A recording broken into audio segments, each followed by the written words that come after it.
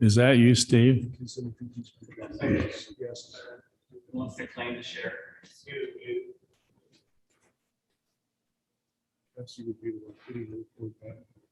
I think she's hit it, and I think we're being recorded. But if you're saying that would be the Zoom saying. Yes, Mayor, we are recording and live streaming right now. Well, on the screen, I do see leave the meeting or continue. Yeah, to continue, sounds like. Yeah, but he doesn't have control of the screen. This is a Zoom thing. Yeah, but it's not the screen. Oh, yeah, you've got dual. Okay, that's I don't know how to select. good point. I misunderstood. I thought we were talking the big screen. I don't know how to get over there to do that.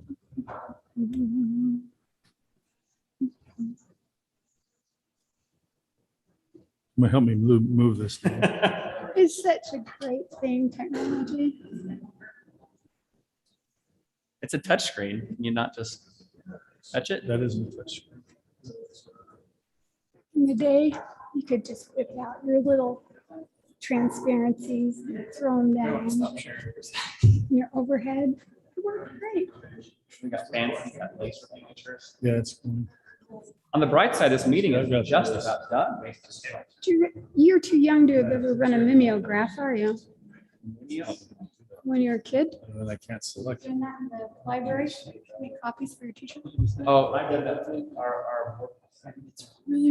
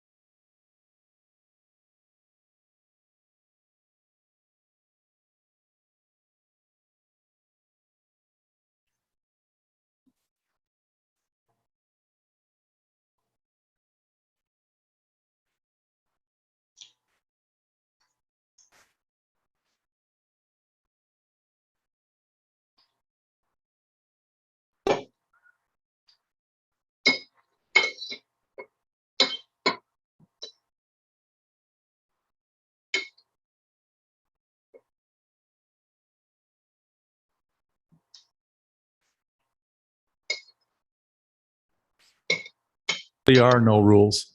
In a normal city council business meeting, we subscribe to Robert's Rules of Order, and though we want to retain order here, normally you would not be able to ask questions from the audience or from the Zoom other than during a public comment period. But we're going to talk strictly about a paramedic situation here in the city and also secondary water because of the drought. Those are the only two subjects I'm going to allow us to discuss. But you will have the ability to question staff and the city council, where in a regular meeting, we would not allow you to do that. Only the applicant would be able to speak to an issue that we were talking about, and public comment would be only allowed in the first part of the meeting. So This is a much more relaxed format. We hope you enjoy it. We're grateful for Jordan. Jordan is the one who suggested this, that we get together maybe on some regular basis in a town hall meeting where we can talk to you informally. So we welcome you here tonight. Before we go forward with anything else we're doing, what I'd like to do is move on to the next slide. All right. We received notice from UDOT today. This is just kind of a public announcement before we begin, that they are going to require that we close the Immigrant Trail along the Bluff Road from 2700 South to 700 South indefinitely beginning Monday morning. So we don't know when it will reopen.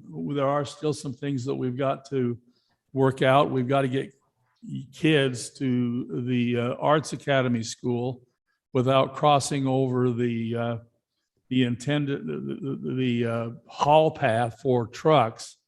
So we've got some things that are going to work out. We do have a run that's scheduled for the middle of sometime in September that they have guaranteed that they will open it, but for all practical purposes, it's going to be closed after Monday indefinitely until the West Davis corridor is completed. So we just wanted to make sure that you were aware of it. Now, what we would like to do now is go on and talk a little bit, if I can get, which one of these buttons to push. I'd like to give you a little history of the emergency medical response here in Syracuse. Chief Byington is going to begin in 1965, but I wanted to go back as far as I could remember. I was born in 1950. Hey, Mayor. Yes. Heather had a question about the trail, I think. Okay. Do you want to ask that? Is that okay? Yes. Yes. Yeah, yes. we want to try and keep this informal. Yes, and we got a wireless mic we'll bring to you. So can you, Steve will bring it to you if there anyone else. Same thing on Zoom. If you have another question. We want to have the people on Zoom raise their hands just so not everyone's speaking at Yes. once. Yep. That would probably help. And Cassie, can you help me? I can only see 5. Yes, I'll help you monitor that. Okay. Can you hear me? Yes. Okay, so that's news to me. And my daughter goes to Syracuse Arts Academy and school starts on the 18th. Yes. So did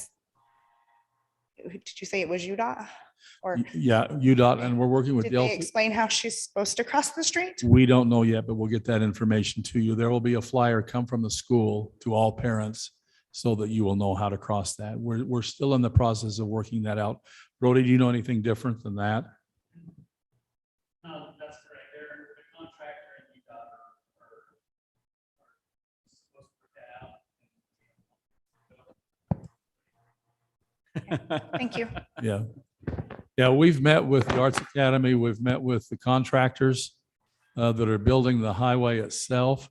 We've worked with UDOT. We've met with them several times in the last week, but it's still in a flux. We just know that they're going to close it Monday, but we'll make sure you're informed about how you're to do that before. Thanks, Heather. Anything else? Any other hands from Zoom? Yes. I just wanted to know, how long? 2 days. Yes.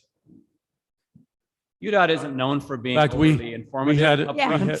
They do what they want. So They- I yeah. just want to be clear. We- I didn't know any We- sooner than this announcement was made. UDOT had an emergency meeting yesterday at 2:00 with Brody. So that's as soon as we knew about it. So as a community, we got to roll with the flow. The West Davis corridor is there, it's coming. And we've got to, and we'll do the best we can to keep you informed, but sometimes our notice is short too. Anything from Zoom? Looks like you've got one, Mayor. Okay, Thomas? Can you hear me? Yes. Do you have an estimated date when the West Davis corridor will be open? Robert, why don't you take that? Are you where you can get to a microphone? Can you come to this microphone and answer that question? You'll know the Does this one most. work? Yeah, so we've been told by UDOT design team that it will be completed by the end of 2023. Okay. That information is also on their website for West Davis Corridor. Yeah, if anyone hasn't signed up for their weekly updates, That's a good- they're actually pretty helpful. You can just go on, put in your email address, and they send out every week, and they have them color coded by which city, the closures and things like that.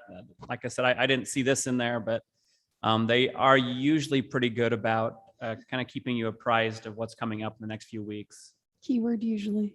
Yes. Anyone else from Zoom? Cassie, do we look good? Yeah, I don't see anyone else, Mayor. Okay, all right, let's move on. Now, like I said, I was born in 1950. I'm 71. So I know a little bit about the history of Syracuse and its fire department over the years. As I mentioned, Chief Byington is going to begin in 65, but I want to tell you some things that went on before that time period. In Davis County, prior to 1955, the fire department, the fire service was provided by the county, and the cost was $50 a month.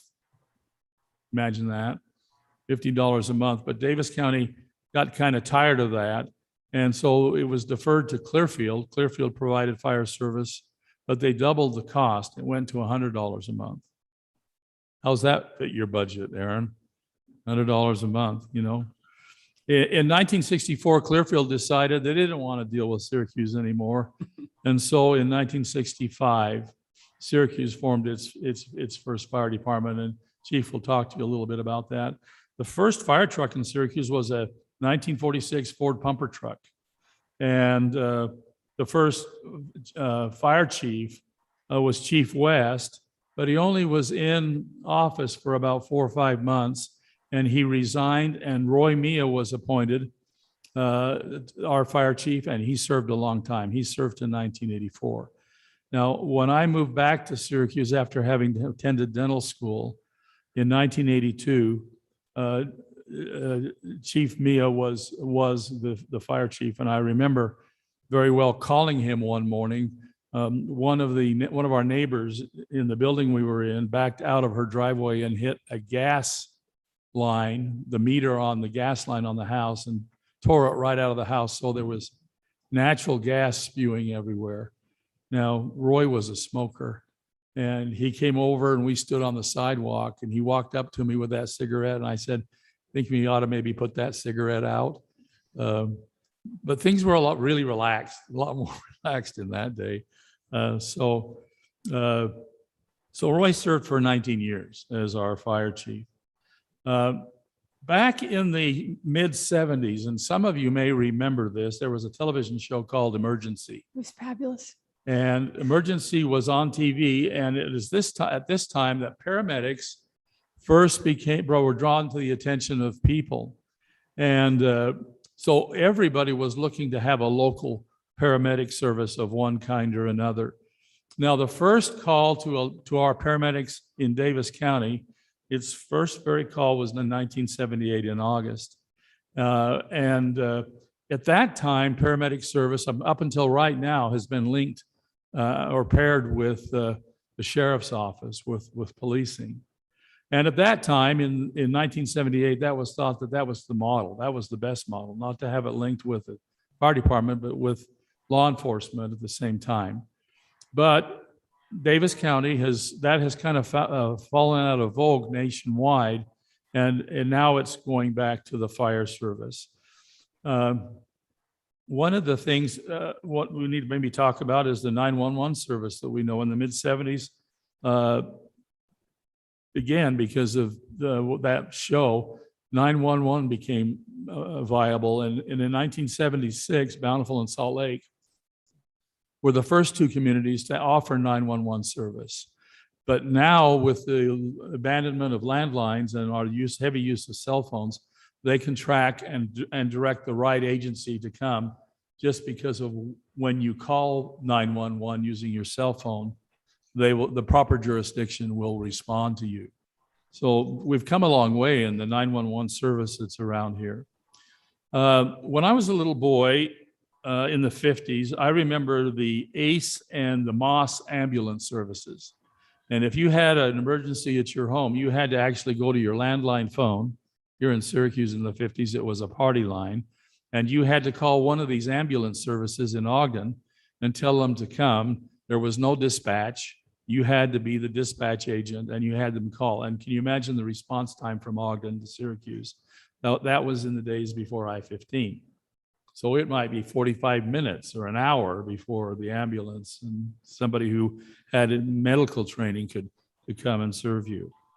So today, we've come a long way. In 2021, we are in the process now in the next year where our fire department is going to have to take on the paramedic service here in Syracuse, and it will be a boon for us because our response time will be much shorter. So what I'd like to do is turn some time over to our current chief, Aaron Byington. He's going to talk to us a little bit about the history of the fire department in Syracuse, but more about how we've come to this point. This is the work of fire chiefs and city managers in the county over the last 2 years. So Chief, would you like to address the group? Cassie, and I can't stop sharing. Can you stop me from sharing? Yeah, just 1 second.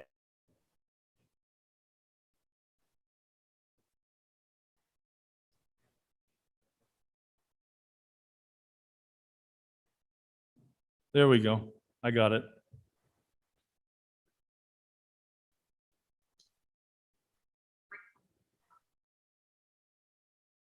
And Steve, could you continue to bring the mic around? Would that work?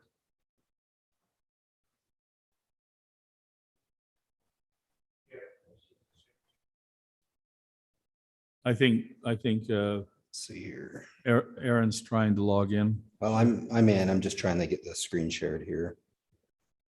To do that.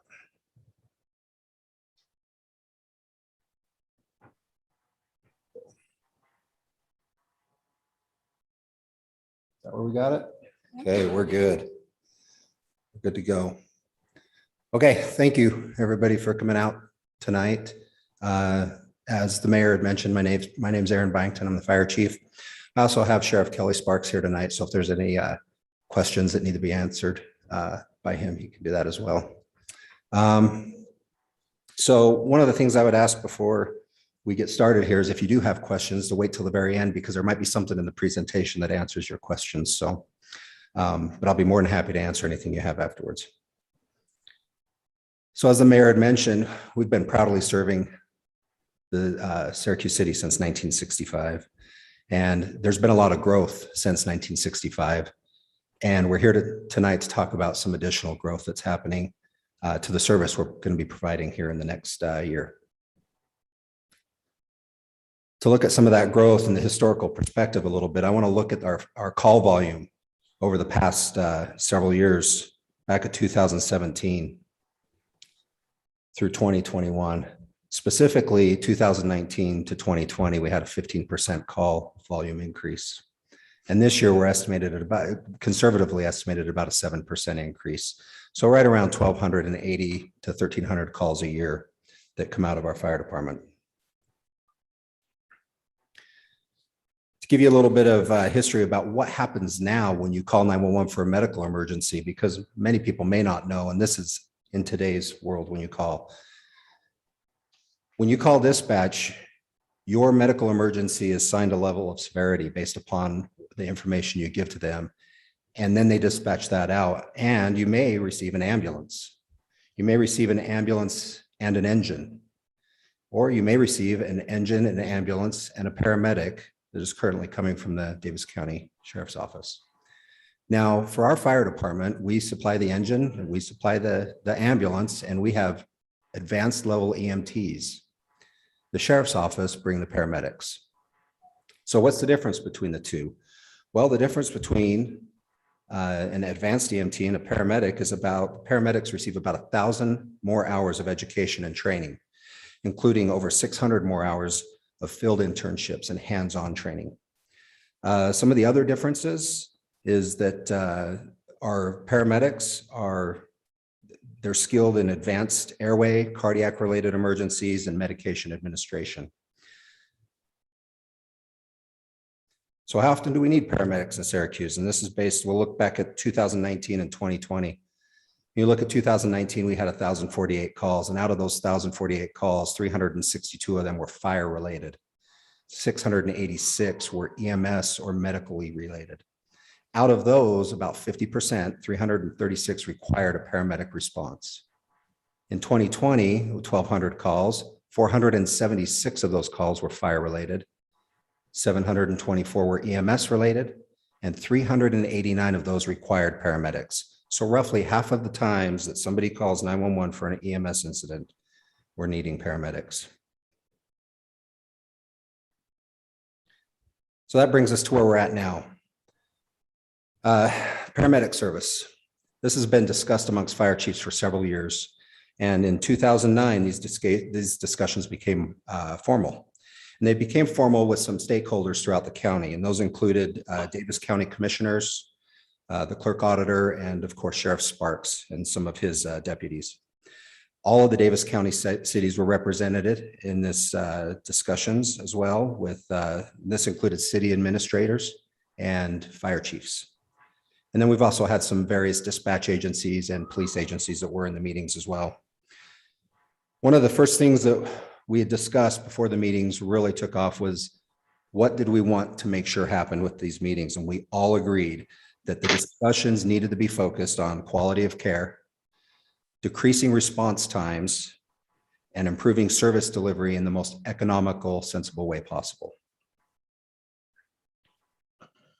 So why have the meetings? Why have the meetings in the first place? Well, there's a standard of care that's out there, and every one of us want to have a standard of care for our medical emergencies.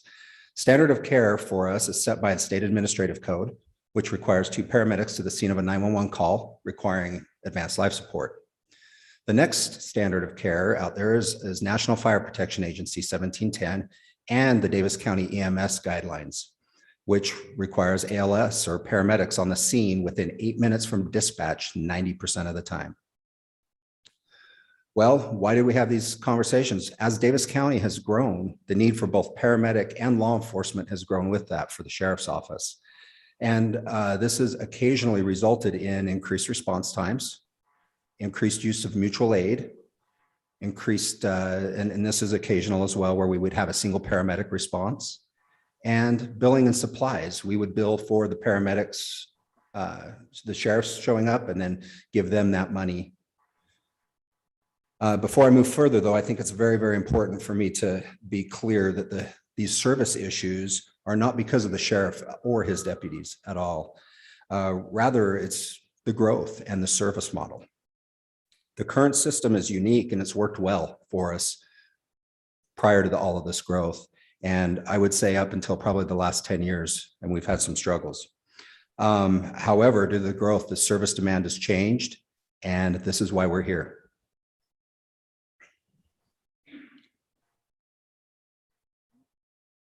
Let's see here.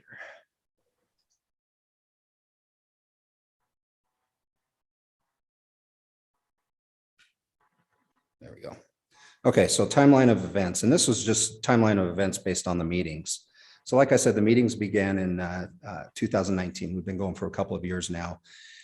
And there's been many of meetings in those 2 years where we've met with all the stakeholders. There's been subcommittees to look at different items like service delivery, financial implications, governance of the system, and things like that. Well, where we are now is here. We're in fall of 2021, and this is at the point where cities are adjusting tax rates. Syracuse is not unique to this. This is happening with every city in Davis County.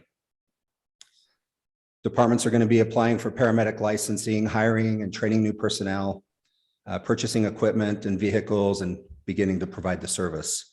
January 1st, 2023, Davis County will be eliminating paramedic services, so we have to be ready to run at that time.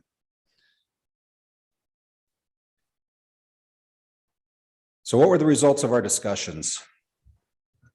Well, service delivery, one of the things that was very important at the very beginning. We looked at coverage. We had a GIS map created and looked at 8-minute response times from every fire department in Davis County. We created a map and we looked and had seen that currently there are 9 paramedic units that are staffed in Davis County. And for us to meet that standard, we would need to go from 9 to 11. That basically put a paramedic unit in every city to be able to cover that. The other thing we looked at was a borderless system. And we are currently working with our dispatch agencies to create a GPS system where the dispatch will send the closest unit regardless of geopolitical boundaries, which will increase response time. So we're all going to be working together for the paramedics.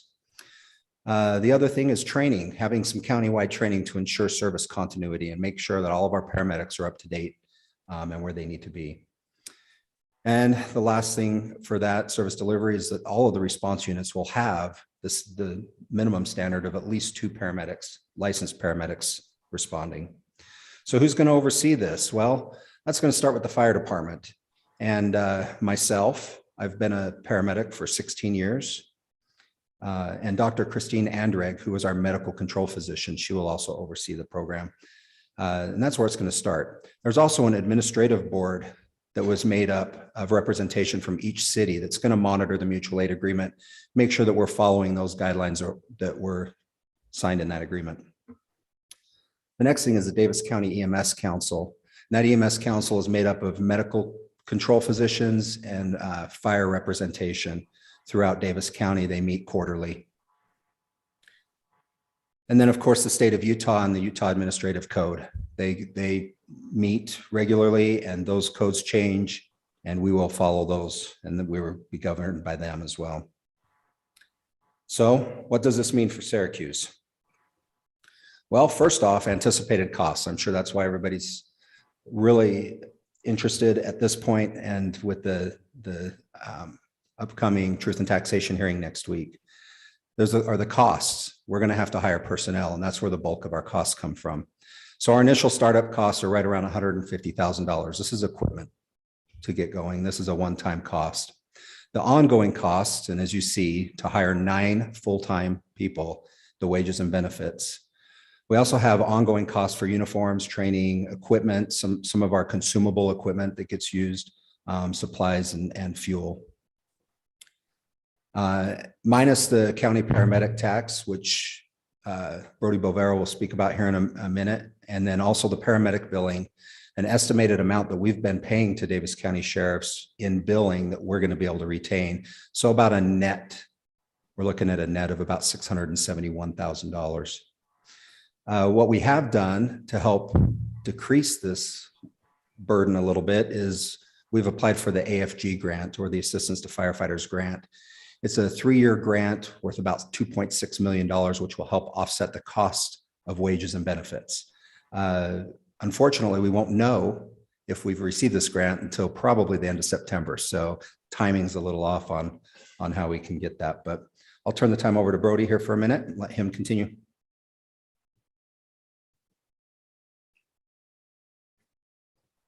And that was the exciting part of the presentation. I get to do the boring part. So as Chief said, we applied for this FEMA Safer grant. It's the staffing for adequate fire and emergency response. It is a FEMA program designed to help us ramp up, because hiring 9 full-time paramedics all at once is not an easy thing to absorb for a community our size. And so the idea is to try to reduce the blow of the cost. It is a limited funding grant, despite the spending of the federal government. There are limits to this grant. It is not guaranteed that we're going to get it. So we don't know if we're actually going to get this grant or not. What it does is it funds those staffing costs for 3 years. So we're able to cover those costs with the grant. But the design, like I said, is to ease the cost. It's not to do what governments are notorious for, and that is kicking a can down the road. Their goal is to help us get up to where we can pay for those 9 employees, not just kick the cost down 3 years and then hope we can do it at that point. So, like I said, it's more like a ramp. It's not to kick the can. So this grant eases that transition from where we are today with no paramedics to 9 full-time paramedics. This is what it looks like if we do not get the grant, because that is a possible scenario. Next week is the Truth in Taxation hearing, where there would be a proposed 486,000 tax adjustment to cover the initial startup costs that the chief talked about, and half of the 9 paramedics. And it's half because our plan is to not hire them until January, which is halfway through our fiscal year. Our fiscal year is July through June. So a lot of other cities are already jumping on board, and they're hiring all their paramedics, all the other cities in Davis County, and doing it all at once. We're trying to be a little more softer on the financial side of it, so it's easier for our residents. So 486 would go to the city. 230,000 that Syracuse Properties generated to the county will actually go off your tax roll, your tax bill. So the net is that difference between 486 and 230. What does that really mean on a monthly budget, which most of us understand and most of us can relate to, is about a $2.04 per month net increase on the property tax bill based on a $400,000 home. So that's this year.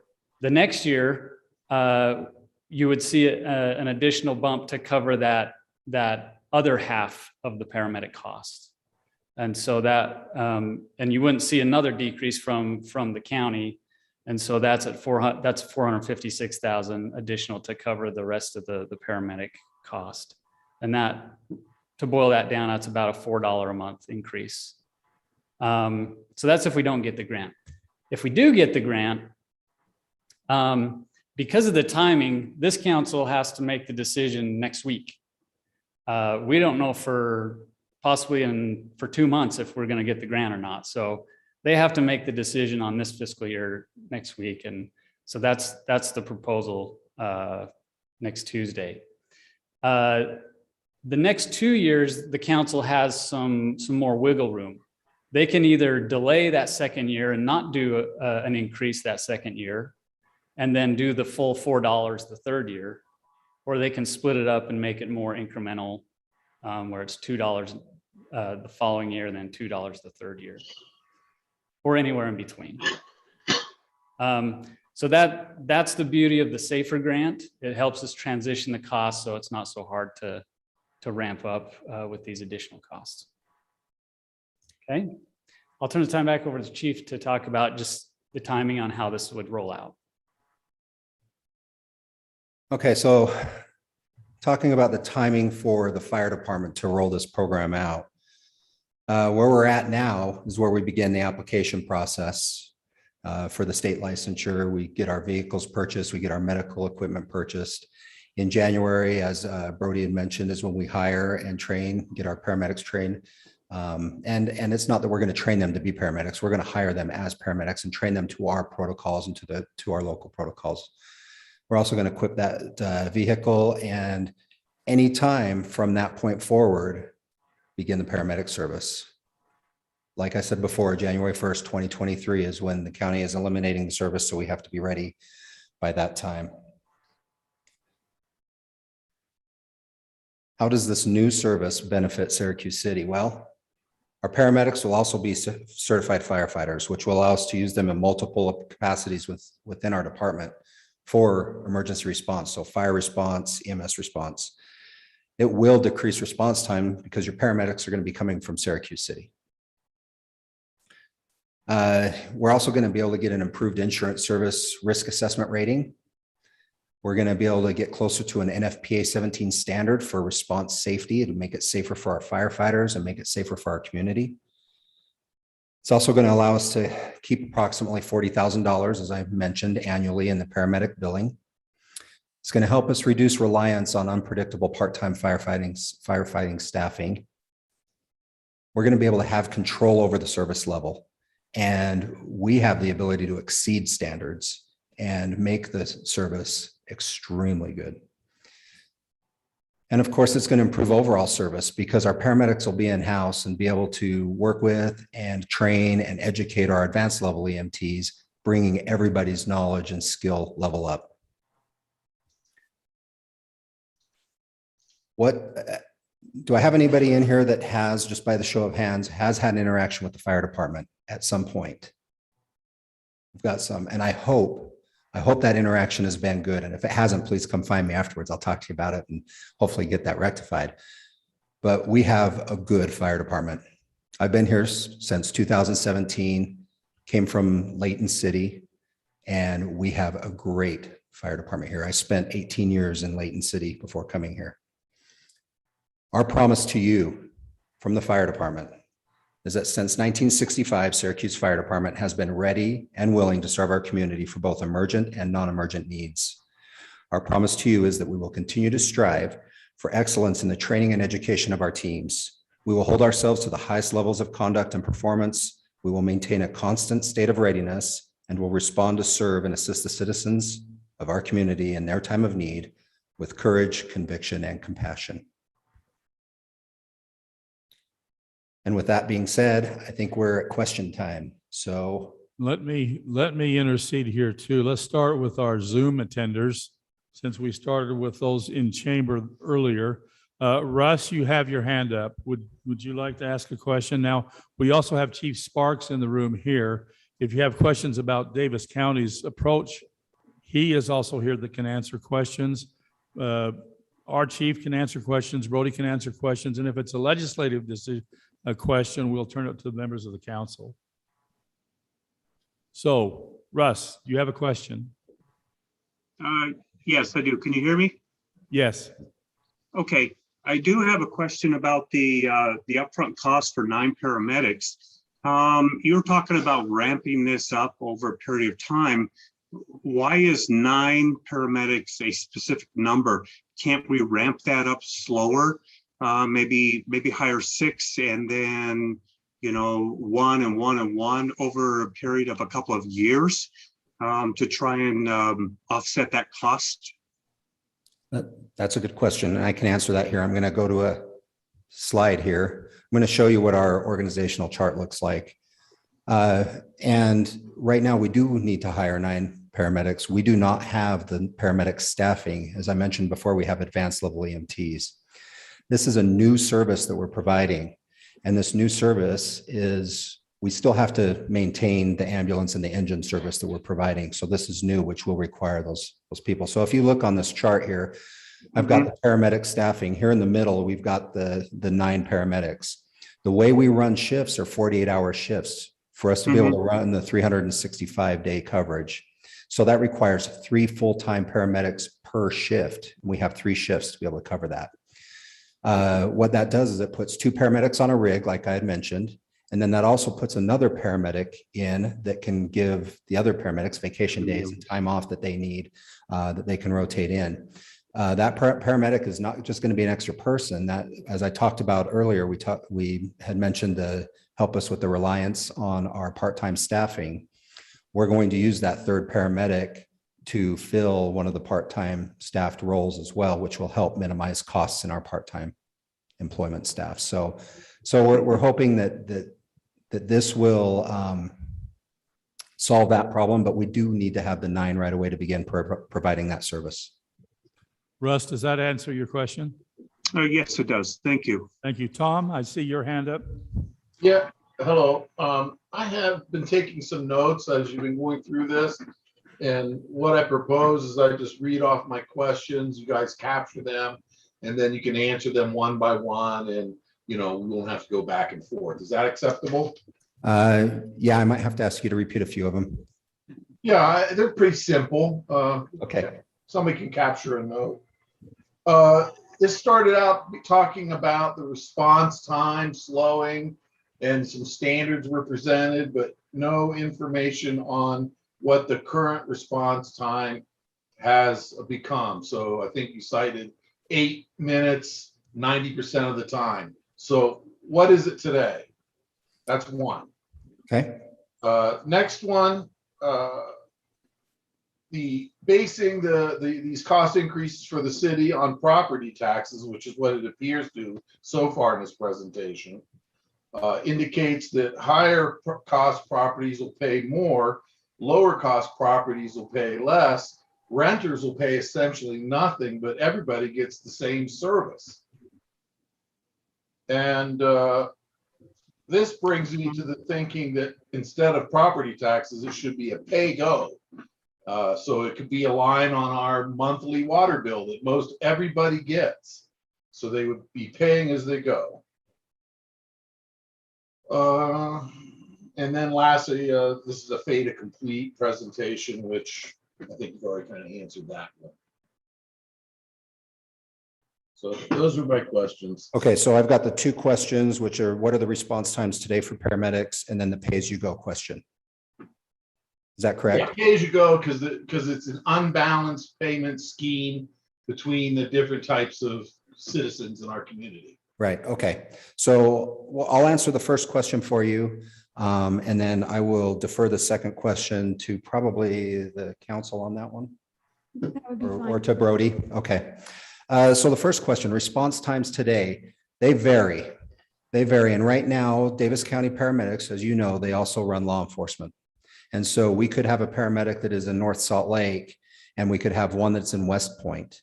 And for us to get two paramedics here, which is required by the standards, it could take 8, 10, 11, 12. There's even times that we just get the one paramedic and we meet the other paramedic on the way to the hospital.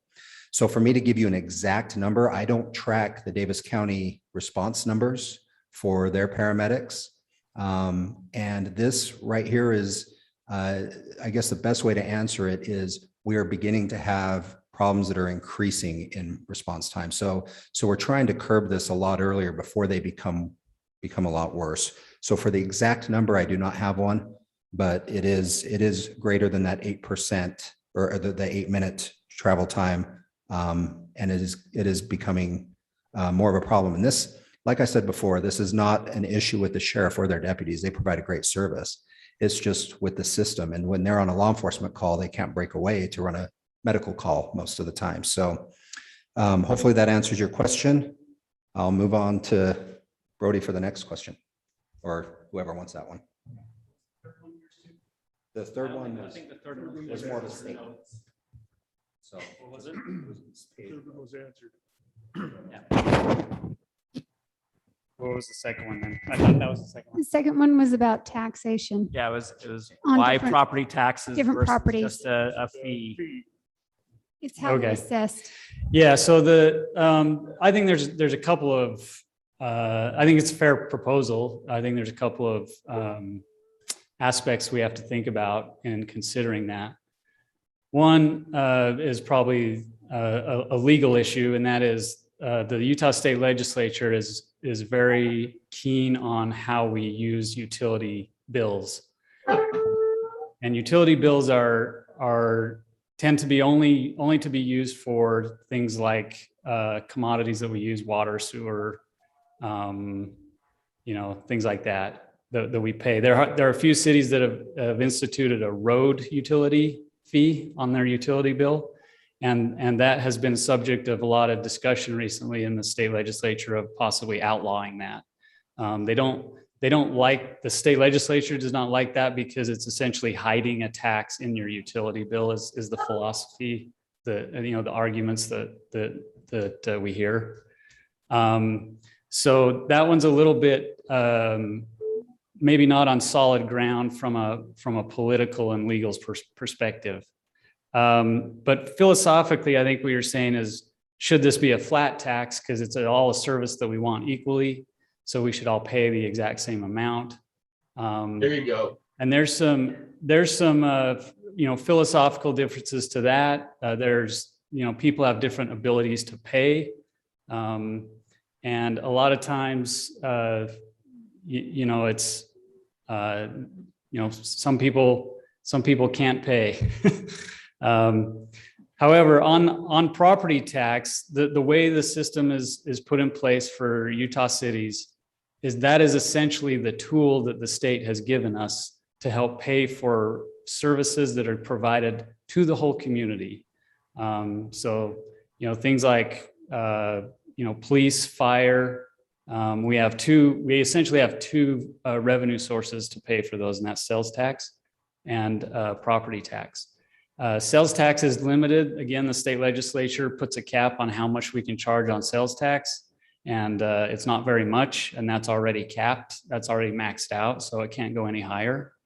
Property tax is really the only tool that cities in Utah have to fund these services that are community-wide and aren't metered like water or things like that, where you can pay based on your usage.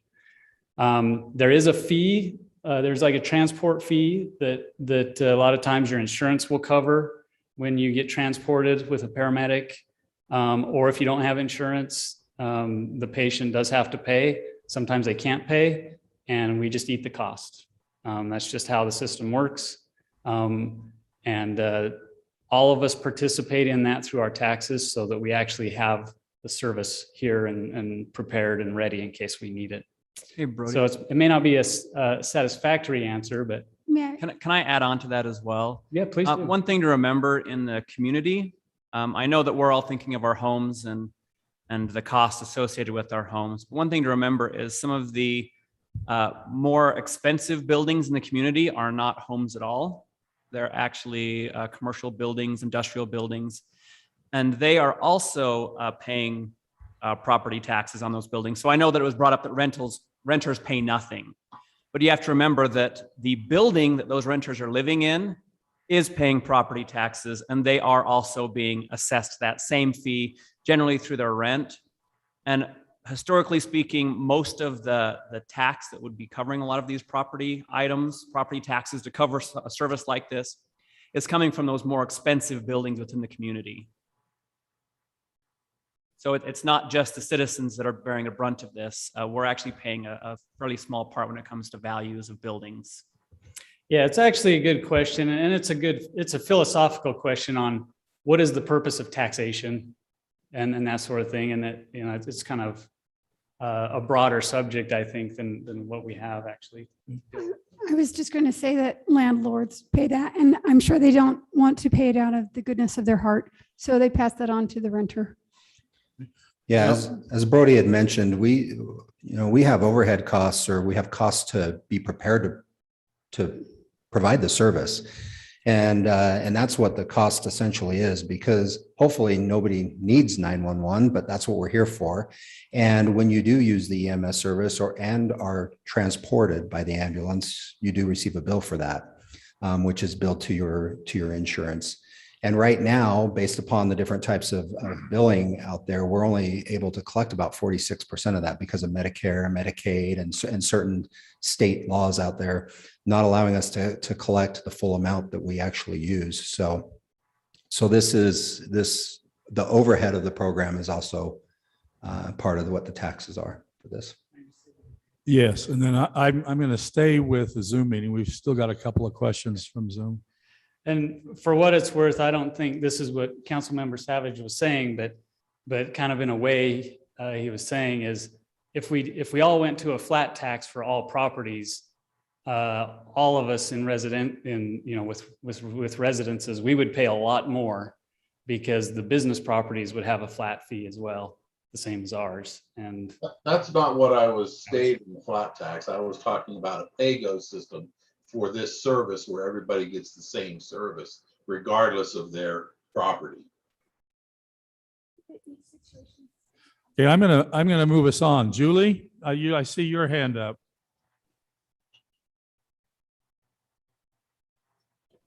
Yes, hello, hi. Obviously not Julie, but thanks for taking my question. First of all, thanks for this opportunity. Very good information, really appreciate it. I'm a fan of what you're proposing, but I'd like to draw down a little on the startup costs and the sustained costs. Chief, by your admission, you had shared that you have a low volume of actual fire calls. And also you have advanced EMTs in your staff. So could you explain a little further the reticence to not use that human capital?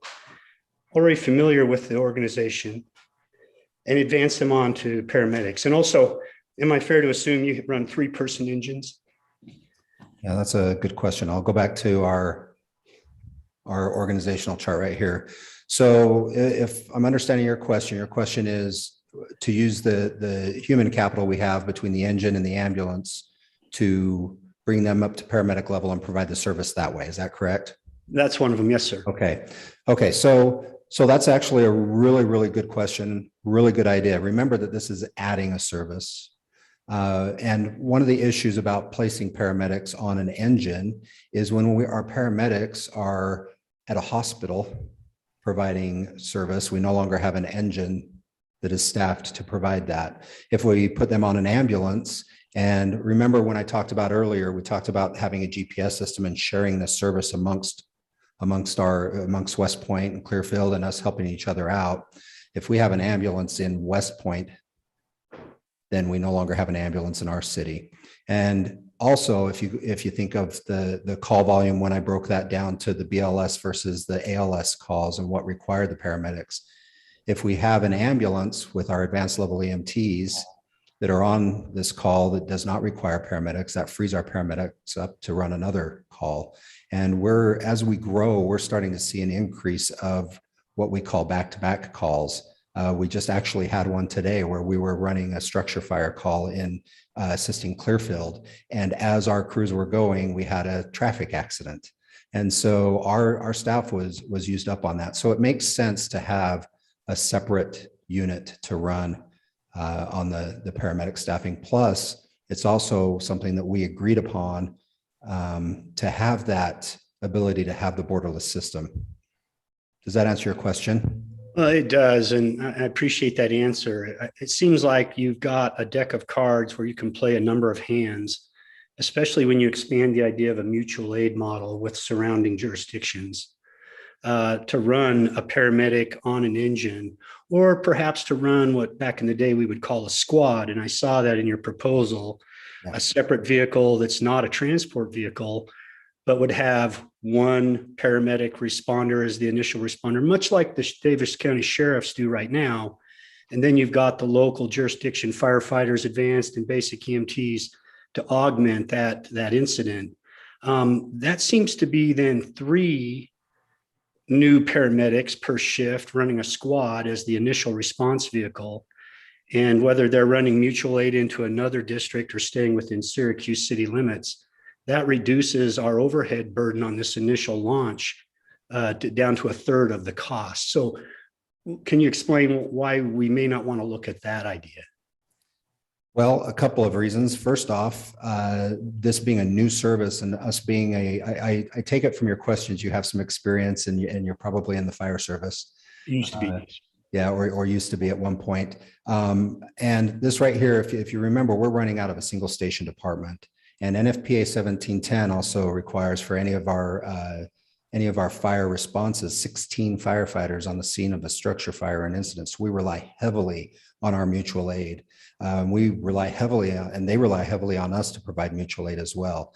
While it's a great idea to run it that way, I came from a department with Layton City where we ran paramedics on an engine, and that worked great because we were also a 3-station department.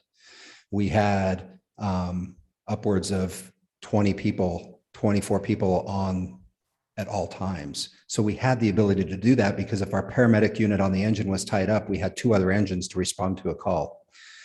Right now, being a 1-station department, that's just pretty difficult and a big task.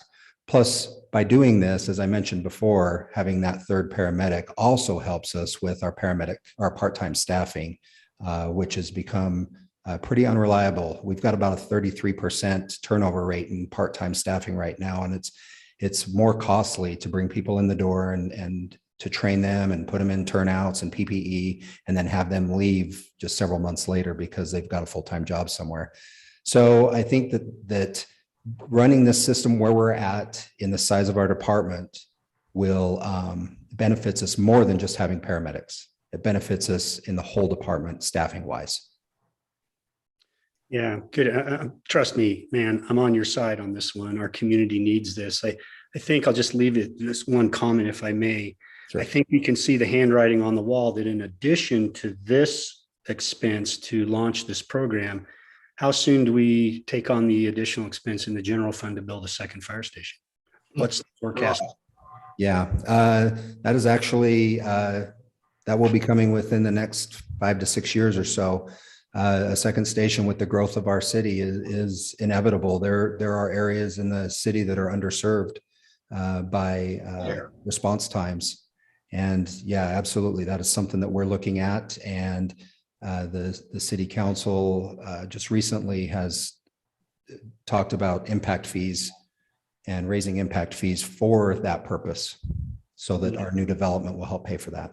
Well, I certainly appreciate your answers, and I foot stomp the comments of the gentleman prior to me in that seeking everyone's help there at City Hall and within your agency to find equity across the burden of sharing this cost. And as we anticipate the completion of the Davis corridor, you know your agency is going to respond out onto that road to expend resources that don't pay the fees in this area. That's just the reality of the business. So I would just leave it with that. If there's a way we could find some equity in sharing the burden, I appreciate the creativity towards that. And thank you, sir, for your answers. Thank you. Thank you for your comment. Michaela? Hi, yes, it's Michaela. Thanks for taking my comment. I'm The Michael. question. I want you to be a Michaela because I'm a Michael. No, I know. Thanks for the town hall. Just a comment on that. It's great to have the Q&A. My question for you, Chief, would be, this is related to staffing. Do you anticipate any staffing issues hiring into those positions? I'm familiar that Weber State has a paramedic program. I'm not sure the other ones around, but if the other jurisdictions are also now having to hire this many or as many or more paramedics, do you anticipate running into that issue?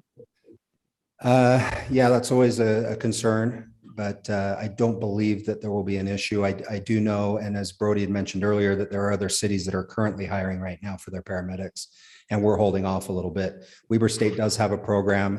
They have a cohort in now, and a cohort for Utah Valley University is just starting as well. So there's going to be paramedics out there, and they're continuing to run paramedic classes all the time. The cohorts that are starting now should be ending towards the end of January, February, March timeframe. So I believe we're going to have plenty of paramedics to choose from, and I think we'll get some class acts in here. So.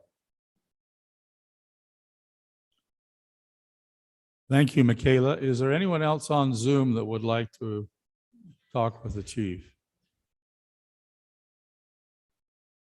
I don't see any. Cassie, do you see any? Maybe we can go to Chambers.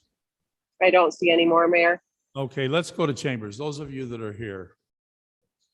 I saw a hand over here, the gentleman in yellow.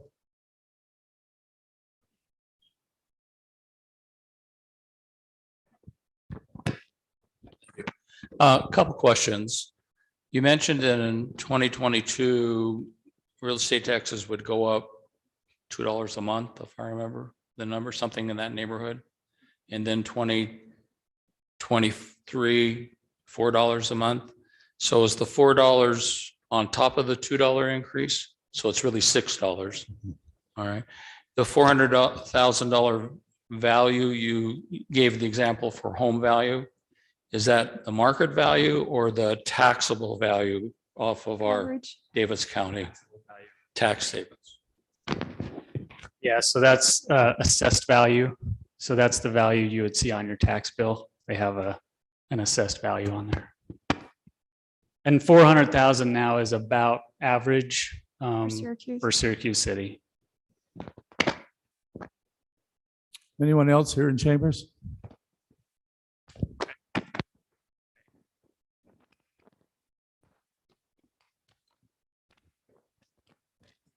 Thank you for letting me respond. How many paramedics do you have on staff right now that are not allowed to be paramedics with your fire department? For full-time or part-time? Part-time. Part-time staff. That's a good question. I have to think. We probably have, for our part-time staff, maybe five paramedics that are part-time. So how does the part-time staff fit in? I'm sure there's a lot of my deputy friends that are paramedics that don't want to just do law enforcement. Right. Because they're good at what they do. Right. So how's that going to fit in? How are you going to fit in part-time people with the full-time people? Yeah, part-time paramedics will still be used. However, what we're trying to do is limit the reliance on them, because right now some of them are working 24 hours a month. We're not getting a lot of time. We're getting some that are working a lot, maybe not the paramedics, but our part-time staff. But to answer your question, how we're going to use them is right now we're going to be hiring the 3 paramedics, the 3 full-time paramedics per shift. If one of them's off and another one calls in sick or something, we can use that part-time staff to help backfill. So it's going to be kind of a little extra protection to make sure that we can keep that paramedic unit staffed 24/7.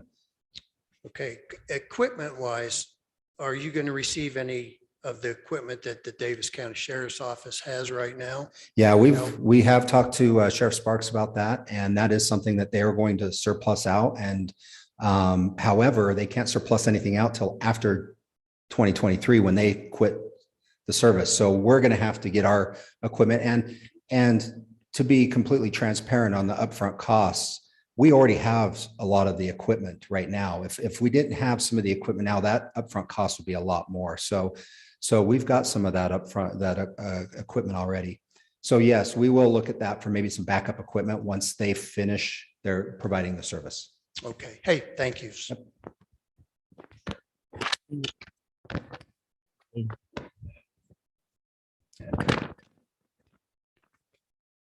I think it's good for the citizens to understand that we don't really have a choice in this matter.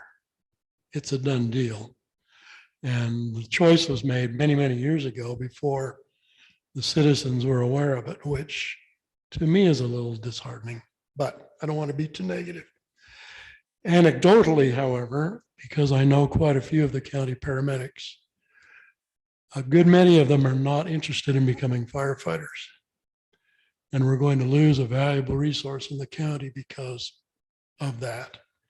If they were allowed to be part of the group without being firefighters, perhaps if there were a way to share them with the police department, you would find a lot easier way to hire already trained, capable personnel that Sheriff Sparks has right now. You might want to consider that, and perhaps talk to some of the deputies now and say, if there were this alternative, which way would you go? Yeah, that's a good comment. And we have had that discussion. I have been in the fire service in Davis County between Davis and Weber County for 27 years now. And I have some very, very good friends that work for the sheriff's office. And you're absolutely right. There's some of them that want to continue to have that paramedic license and to use it. And we've also offered to help keep them trained to keep their license, and letting them come in and work with us on that. So that conversation has happened. But also one thing that's very important to know is that because of this, none of the sheriff's office deputies will be losing their job because of this. They're all going to have the ability to move to other areas within the sheriff's office. And if you needed further information on that, I'm sure Sheriff Sparks can speak of that. So, but I appreciate that comment, and those conversations have happened.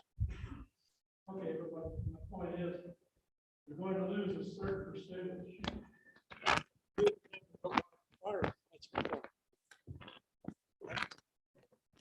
My point is, the county is going to lose a certain percentage because they just don't want to be firefighters. And I'm just suggesting strongly, I know you say you've studied the idea, but have you actually made a proposal to some of these people that we could integrate you into the police department rather than the fire department? I have not personally.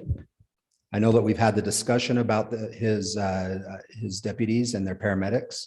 I do know that some of the deputies are currently, the ones that want to get firefighter training are training to be firefighters right now. I do know that, but I have not reached out and personally asked any of the deputies if they wanted to be just simply paramedics and workforce. But I appreciate that idea, and that's something that I will talk to Sheriff Sparks about. Anyone else here in chambers that would like to comment?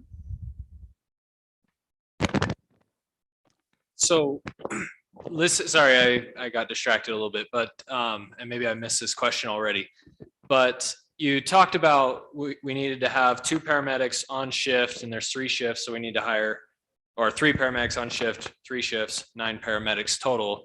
And you also spoke about a shared services model with other cities. So with the staffing that you have recommended of hiring 9 paramedics at the startup, is that also assuming the aid that we'll be receiving in the shared services from other cities? Or is that as if we have 0 aid and we're only lending out aid to other cities? Yeah, that's a great question. Our goal is to not have to rely on mutual aid for that. We want to be self-reliant because we don't know if mutual aid will be there. And so the mutual aid system is set up if we are busy and we can't be there. And who knows, there might be a point to where there's going to be a paramedic in Clinton as well, a paramedic service there, and one in coming out of Clearfield. And if we're busy on our call and Layton's busy or Clearfield's busy, we might have to rely on mutual aid from somewhere else. And our goal is to set this up without having to rely on mutual aid, but have it there in case. Hey, Chief, maybe one thing you can add is where are the paramedics going to be in Northern Davis County? Okay. Yeah, and maybe expound on how many countywide, because that was an analysis we did early on as well. Right. Yeah. So as I mentioned before in the presentation, we're going from 9 to 11 paramedic units countywide. Currently, right now, Layton City has 2 paramedic units, one in East Layton, one in West Layton at the Ellison Park. They're looking at adding a 3rd paramedic unit, which should go on around July of this next year. North Davis Fire District will be adding a paramedic unit, which right now is going to be housed out of the Clearfield station. Clinton City is going to be adding a paramedic unit, which will be housed out of their station, their single station department. And then Kaysville City will be running a medic unit out of their single station department. Farmington City will be running a paramedic unit out of their single station department. And South Davis Metro currently runs 3 paramedic units. They run out of the 5 cities. There is that consolidated effort they have there. So, and what was the other thing? I got on that. What was the other thing we needed to cover on that? Well, I think so. When we first started trying to figure out, well, how many do we need? I think that goes into this gentleman's question: is how many paramedic units does the county need to meet the response times to meet the standard? Right. And based on the 8-minute mapping and the analysis we did, we came up with the 11 units. Right. And right now, the 9 units, these 9 units get extremely busy in the county. I mean, if you can think of 9 paramedic units and how many people there are in the county and how many calls there are at one specific time for their need, and it can be quite overwhelming at some times. So yeah, where we've got them through the GIS mapping that we did and where they're at will strategically placed throughout the county will be very beneficial and help reduce any response times. Anyone else here in chambers? Yes, ma'am. Thank you for all of this information. Is very informational. Unlike DSD, we're actually getting an explanation of where our taxes are going. And so, I give credit where credit is due. I appreciate that. But I do have one question. If Layton is bringing on another one also, what is Layton doing different than Syracuse to where they're not raising their property taxes and we are? Okay, that's a good question. Layton City they're also, if you'll notice, they're having a truth and taxation hearing as well, but theirs is a neutral. It's from the paramedic tax from the county showing an increase. So it's an even wash. For us, the way Layton City runs, they have 3 stations. They're running right around 60. I'd have to think. They're probably running 30 people 24 hours a day. They've got a staffing of about 80 people roughly. And this is just, I don't know exactly for sure. And I'm just trying to think about when I was there. Currently, they're running their paramedics on engines, as I mentioned before. So they're using, as that first question was, they're using that human capital off of their engine staffing to be able to do that. And they have the ability to do that because they have multiple stations.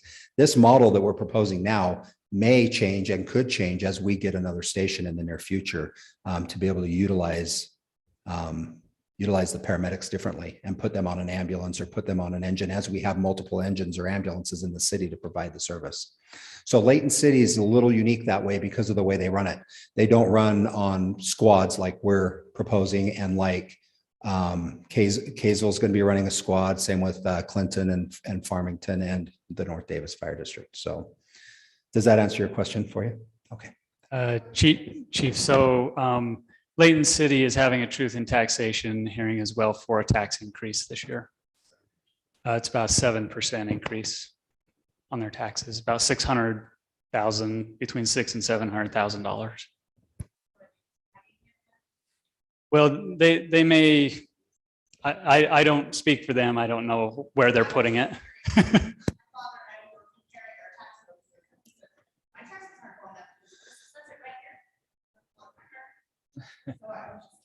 Right. And I think right now, because of the way that it is, and Brody can probably speak to this, but when Davis County decreases their tax rate and the cities have to pick that up, it's a tax that's already been paid. It's been paid for years. The cities have to have a truth in taxation for that change and that difference. And I believe that's what Layton Cities is. Yeah. So there's a little nuance with the county tax. It's based on property values, right? So it's one rate on all property values countywide.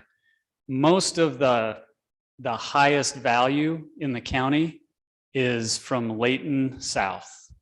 And they, for the last several years, they have been essentially paying the bulk of the paramedic bill. Whereas, cities like Syracuse, West Point, Clinton, we've actually been getting a deal. We've been riding on the coattails of the Bountifuls and, Centerville, Layton, Farmington, because they have higher taxable value in their city. And so when we say that Davis County is reducing our taxes by $230,000 citywide, in Layton, it might be $700,000 because they have a lot higher property values because there's more commercial business essentially.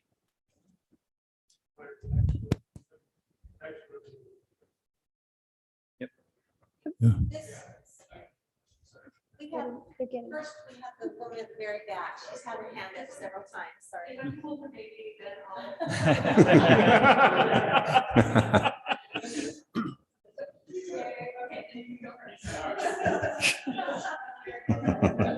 Sold. Okay, so sorry, just to continue on with those questions. So obviously the hardest part and the hardest thing to swallow is the initial startup costs. And it seems like every single city in the county is going to be having initial startup costs, and everyone is going to be ramping up at an extreme level to where we're bypassing the amount of the supply is going to be greater than the demand by far. Correct? I mean, that's a safe assumption if we're adding 11 stations instead of the 9. And so what I'm saying is I think we need to look at ways to reduce that initial startup costs. And I'm not saying that I don't want good paramedic services at all or decreased emergency services for the city. But in any startup business that you do, anything, you always have to look at how do you mitigate those startup costs. And so one of the gentlemen on the Zoom call had mentioned that we could, what are the options of training our firefighters as EMTs in order to, in the short term, bring down some of that startup costs. As our city is continuing to grow, we're adding more rooftops. There will be more tax revenue in order to bring on and support the ongoing business or the ongoing operations. The other thought is, what is our firefighters' current utilization rate? Because I know that we say that calls go up, but if your response, the amount of time that you're spending on a call is, a certain number of minutes, maybe your utilization is only going from 40% to 60%. And so what what is our current utilization of our fire department if we did transition some of the firefighters or cross-train to EMTs? To How paramedics? much is it going, or to paramedics, Okay, sorry. okay. Yes, to paramedics. What is that really going to do? Are we talking about if our firefighters are underutilized right now and they have a vast surplus of time, and not vast, I'm just saying a certain percentage, that extra percent could be used to reduce our initial startup costs. Right. That's a good question. And I would say that none of our firefighters are underutilized. There's a lot of things that our firefighters do that may not be seen because they're not responding on calls, but every single hydrant in the city gets tested and gets painted and gets checked. We also provide public service and going out to the public education, to the schools, and there's a lot more that happens. As far as time on calls, the time on calls can be anywhere from 30 minutes to several hours. We had a unit out that was out all night long on a wildland fire. So the other thing is that when you talk about ramping up and starting up, this is something that we don't have a lot of time to ramp up and start up. We've got to provide this service by the end of this next year. And when I talked about all the education it takes for the paramedic service, it can take a paramedic with prerequisites through Weber State University or through Utah Valley University over a year to get their paramedic license. And so, I mean, something here in the future, as we get started up and we can send firefighters to paramedic school and get them trained and do that so that when we grow another station, we don't have to come in and hire additional paramedics. But for the startup, this is something that there's not as much time to get this thing ramped up as we'd like to have. So I hope that answers your question. Brody, let's take one more here in chambers. We have one hand raised on Zoom, and then we'll move on to secondary water. I'm going to take longer so they can't ask their question. Just a couple of process questions and then maybe some thoughts. When you talk about the amount of money for staffing, what is that breakdown? And are you foreseeing people that have more experience will earn more, benefits more, that kind of stuff? What's the breakdown with that? Yeah, okay. So the wages and benefits, Steve, percentage roughly for? You're talking percentage of percentage of wages versus the benefits. What's the benefit percentage to the wage? It's about 30% benefits, 70% wages. Okay, so there's the breakdown on that. And yes, right now because I put anticipated costs on here, we have worked into this to where we have the ability to bring in some experience. I think it's important for us to bring in some people that have been running on a paramedic unit with some experience. And of course, there will be a little bit more of a cost to that. So we do have a pay scale that's been approved by the city council, and we'll bring them in within that pay scale. But we'll be fair and adequate and comparable to what the surrounding agencies are paying as well. But our goal is to bring in at least 3, so I can put 1 on each shift that has experience and can mentor some of the newer ones that we're bringing right out of school. Yeah, I'm just a little concerned about being competitive. I'm sure that you know with, and I apologize, I know more about Salt Lake County than I do my own city just because I work there. So, but UPD and some of the other police departments are having trouble being competitive because once Salt Lake City raises their rate of pay, then Cottonwood Heights also raises that. And so people are going every which way. So have you guys thought about a strategy with that? Yeah, trying to be competitive is something that's happening not only in the city, but it's happening in the public sectors as well, with all the jobs out there trying to compete for people to work. Yeah, I think this is something that we've talked with the city council about. We do compare to other agencies, and we remained competitive for that right now. I think right now we are competitive.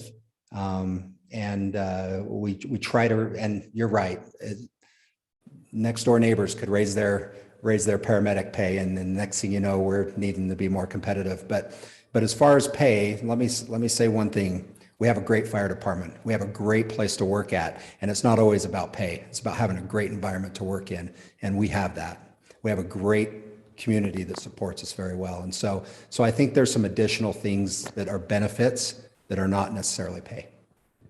Okay. It is all about money for me when I go to work every day, just so we're clear.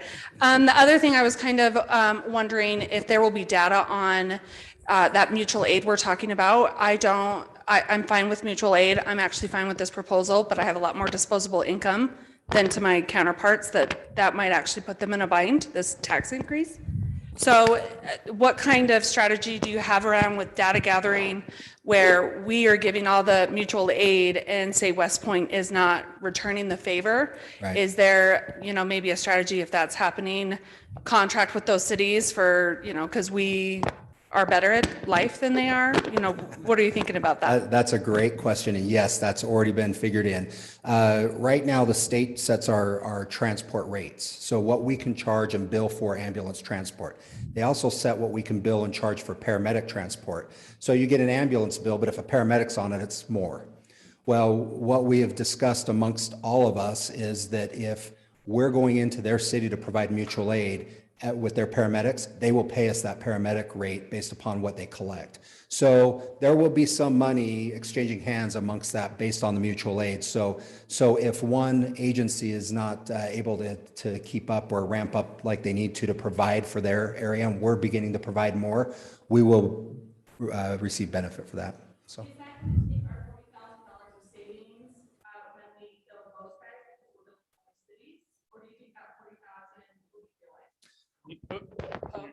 They can't hear you.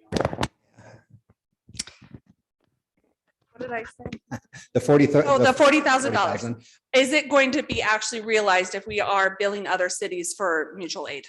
So right now, that $40,000 is what we're paying to Davis County. So once we're no longer paying them, that will be 100% realized back in. There will be some money exchanged amongst the other cities. I don't know what that number is yet because we haven't been providing the service. I'm expecting that to be neutral. Okay, I'm gonna move us on. There is someone on the Zoom that just lists the last name or first name of Mott. If you would like to comment, and then I'd like to begin down here with Corinne and have the council. If you'd like to weigh in on paramedics, we'd like to hear from all of the council as we go up. Okay. Can you hear me okay? Yes. I would like to thank you for making these meetings available on Zoom. I appreciate that. One of the questions I have, and it kind of leads into a little bit of our water problem. There's a large number of multi-unit apartments being built. So if we're paying $4 per home on the taxes and that, are they paying about that per unit, or is it quite a bit less for them? What do you want to take that? Okay.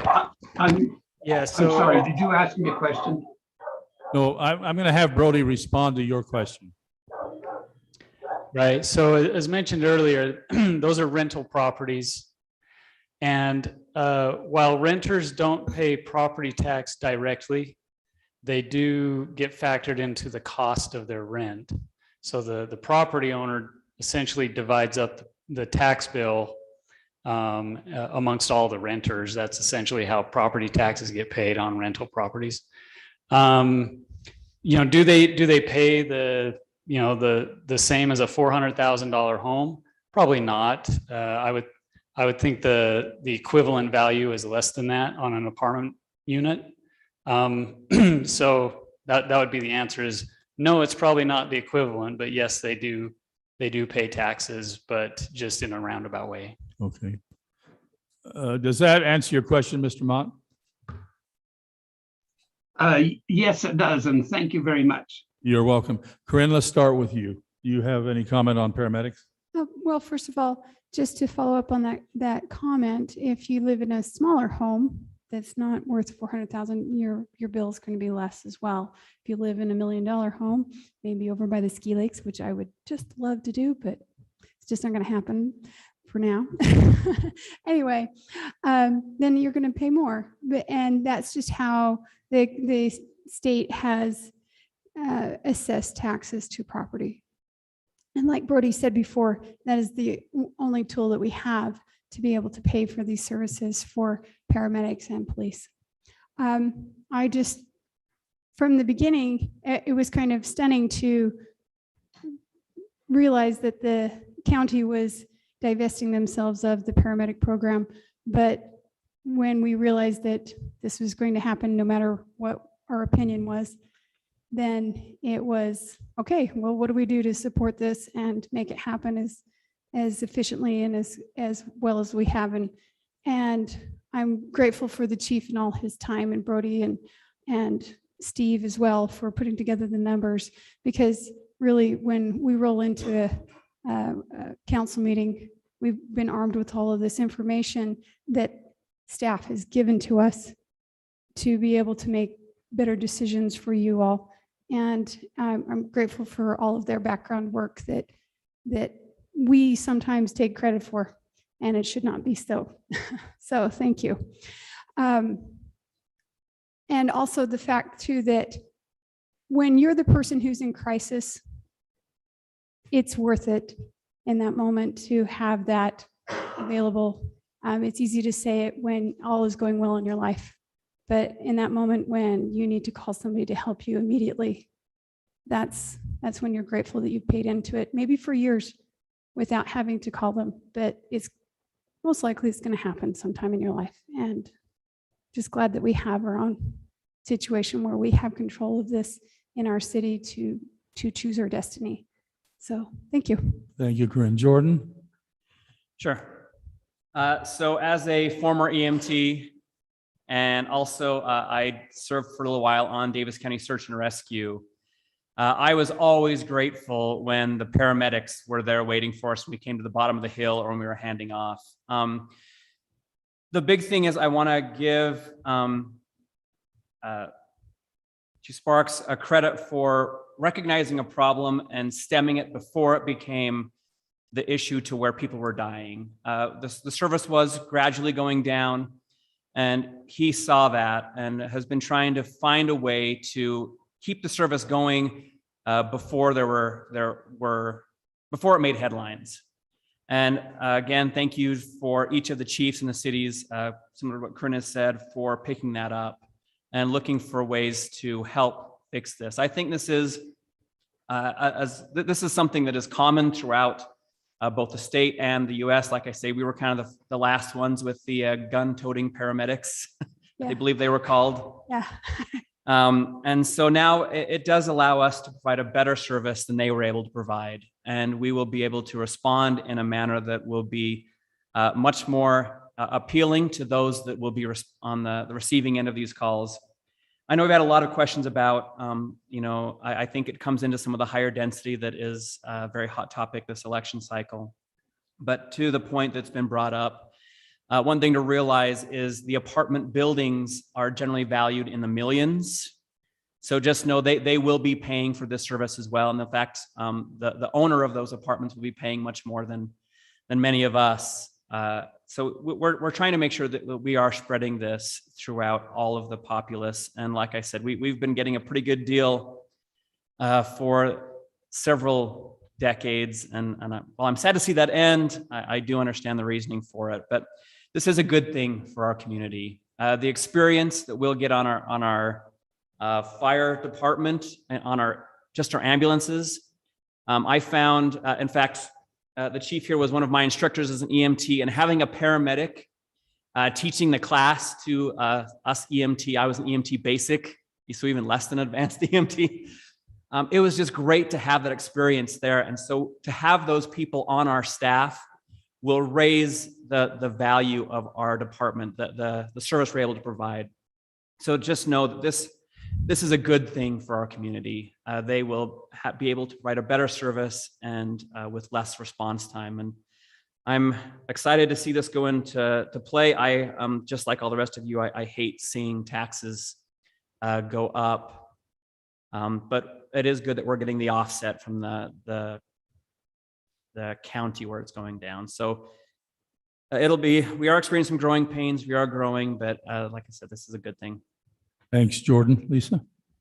I actually remember originally we didn't think we were going to get the offset. So I appreciate that we are able to balance that out and help with that initial process.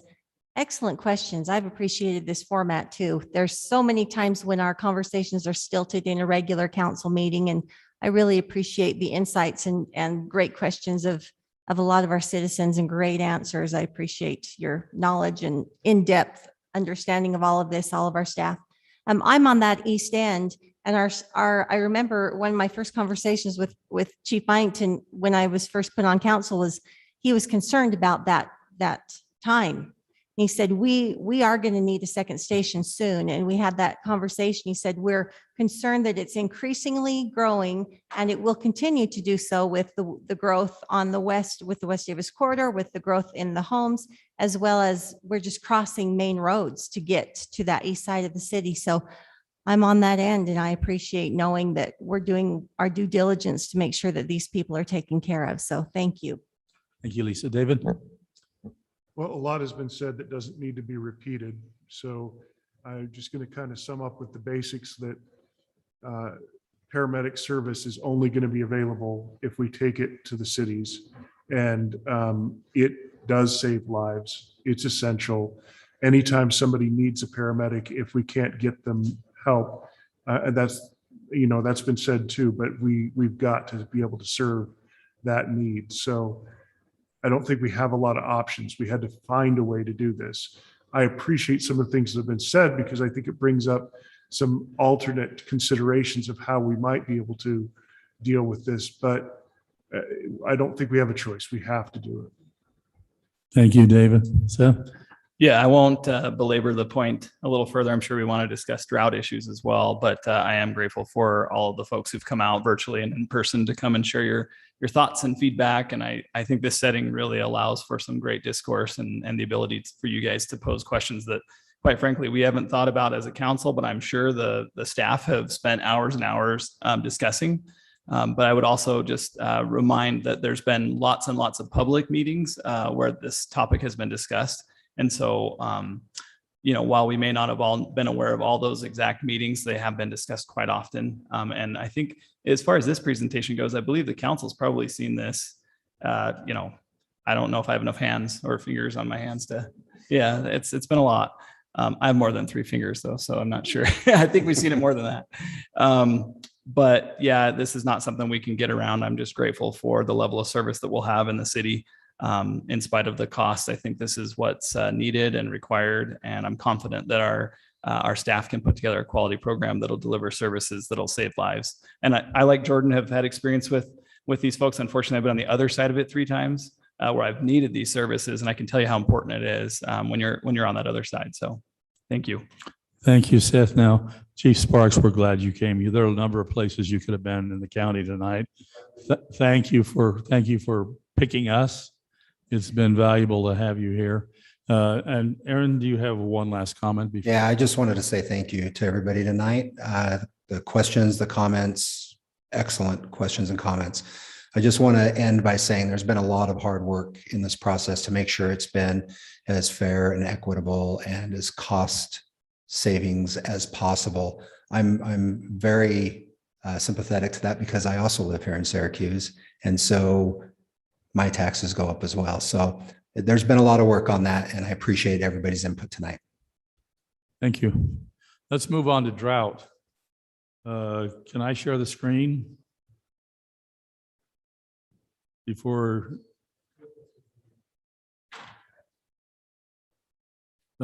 Stop it on that laptop. Yeah.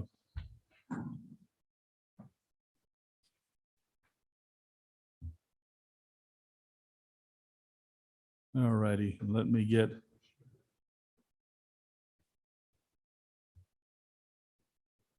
Well, let's talk a little bit about our current drought. It's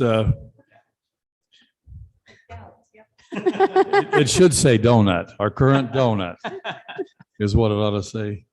This is what happens when you're doing this at 1 o'clock in the morning. So pardon my spelling. But we are involved in a drought. There are all kinds of terminologies for that drought, but drought suits me. There are so many other descriptions of that. But what I'd like to do is tell you a little bit of a history about my family in Drought in Syracuse, if you wouldn't mind. I'd like to talk about what used to be where Utah Onion or Onions 52 is right now. I used to live in a 2-story frame home that was there when I was 8 to about 10 years of age.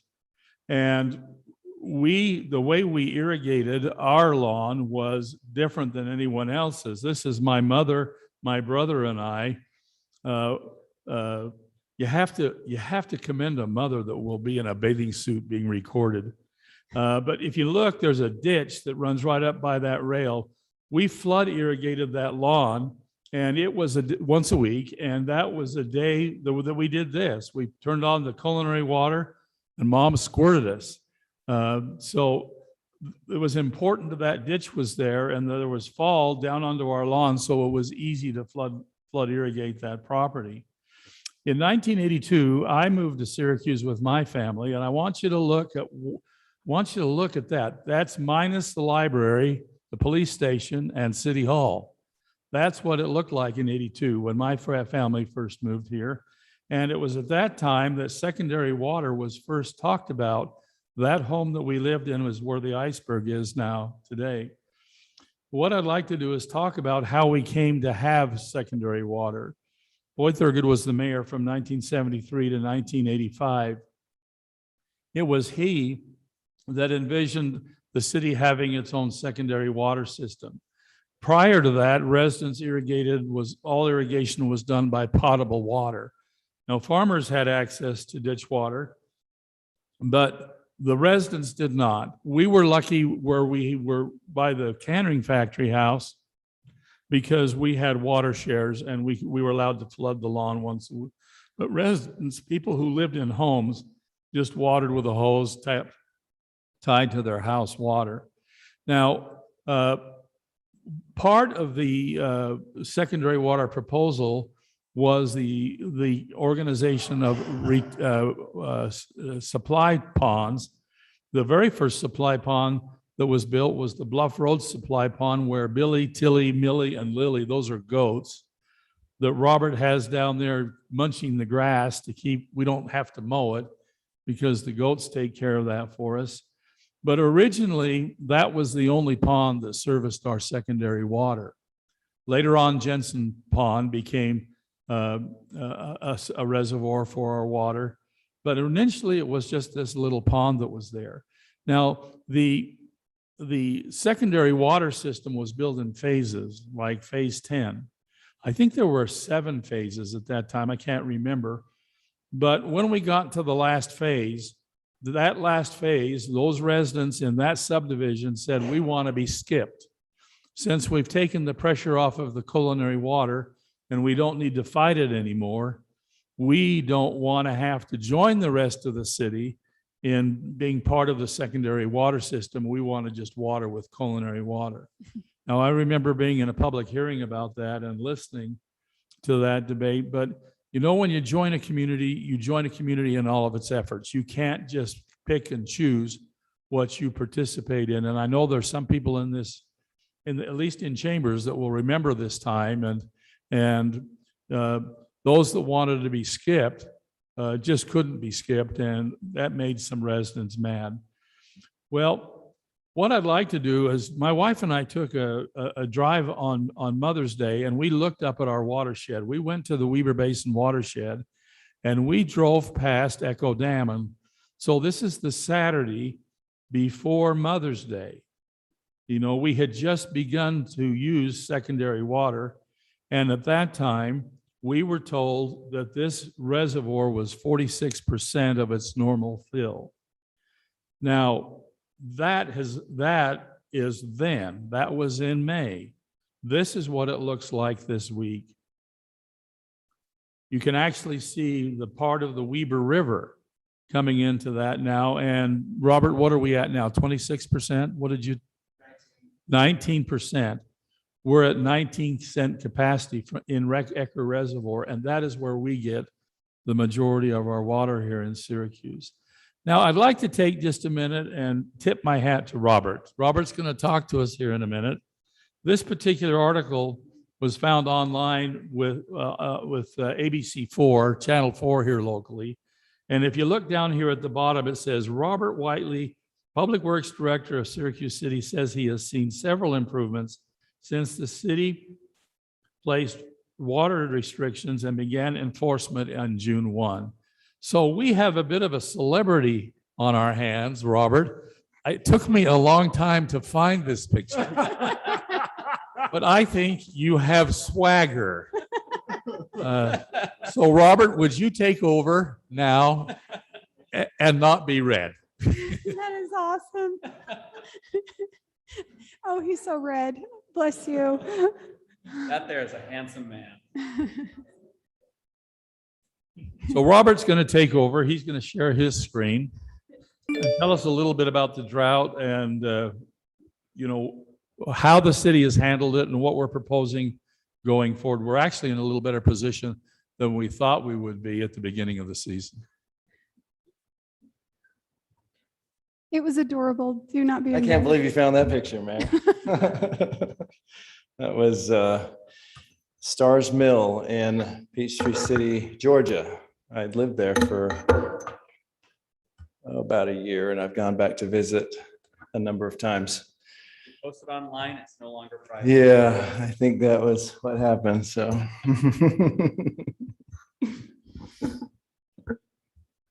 So the drought is not news to any of us if you've been following the news. The Western, and it's not unique to just Syracuse City. It's not unique just to Utah. It's the whole Western United States.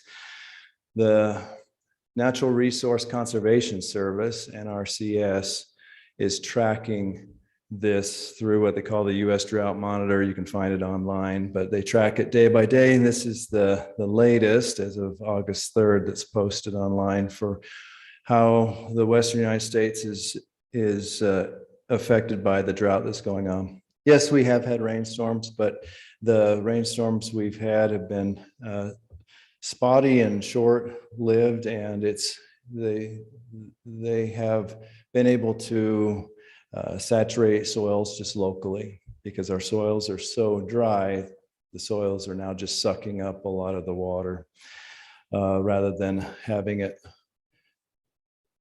go to storage and run off. So, you know, this year we have the Olympics. There's a lot of records that are being broken, and that's always a thing to celebrate. But with this drought is also breaking records, and these are things we don't celebrate. And we've had record-breaking heat, record-breaking low precipitation and soil moisture. We are in an extreme drought, the worst of its kind that is tracked by the NRCS. So we are in dire straits. This is a graph from the NRCS showing specifically our watershed. So this right here is, I know it's hard to see, says the Weber Ogden.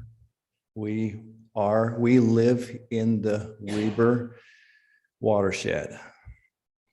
And this precipitation is just specific to our watershed. So you can see 2020 last year was pretty low precipitation as it's marked there, definitely below average. And 2021, we unfortunately have broken the lowest precipitation on record. This is a picture of Echo Reservoir, as the mayor showed. This is just from a different vantage point, and this was a couple weeks back. This is looking from the spillway wall going upstream. And the rope-lined buoy that you see laid across the rocks there, typically that's floating in water to warn the boaters to be careful not to get too close to the spillway wall. So as I've indicated, Echo Reservoir is at 19% today. Weber Basin tracks that, and while the Bureau of Reclamation tracks that, and Weber Basin shares that information on their website through teacup diagrams each day. So as you see on the graph, this lowest line here is where we're at. Lowest in this 5-year history, probably lowest on record ever for Echo Reservoir. If this trend continues for Echo Reservoir, it is possible it'll get very close to draining completely. So why is Echo so important to us? Echo Reservoir is one of many reservoirs that are in the Weber watershed that we live in. And Echo is the largest volume reservoir upstream of the Weber River. This is the watershed boundaries that's shown here, and you can see Echo right about in the center. And Echo and all of the reservoirs upstream and downstream contribute through tributaries to the Weber River system. And then Weber Basin takes that water, and Davis-Weber Canal takes that water and delivers it to Syracuse. So those are our two water suppliers, Davis and Weber Basin for secondary water. Now, one thing to note that is 100% of our water for both drinking and secondary water comes from this Weber watershed.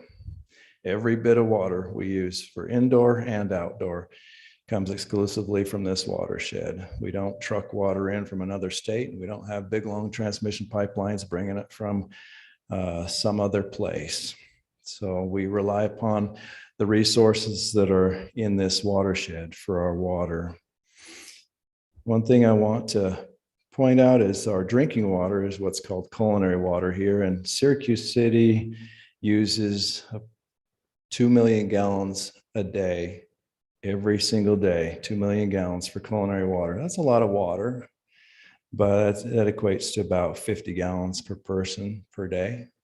So, and predominantly the source is Weber Basin is where that water comes from. They treat it and send it to us. And some of their treated water comes off of the Weber River system. So our secondary water, Syracuse City, in our pressurized system, which serves our sprinklers for our outdoor watering, lawns and gardens, uses 19 million gallons a day.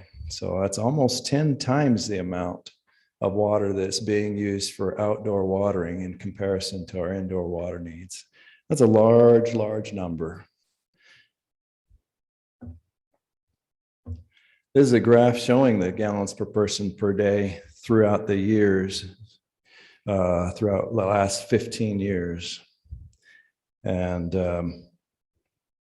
the light blue line shows the indoor culinary water use, and that stays pretty consistent, 50 gallons per person per day.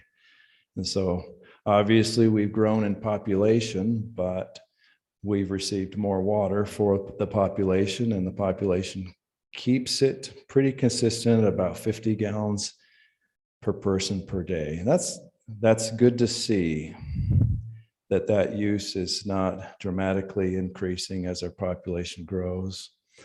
The secondary water for outdoor watering is this darker blue line, and we can see that's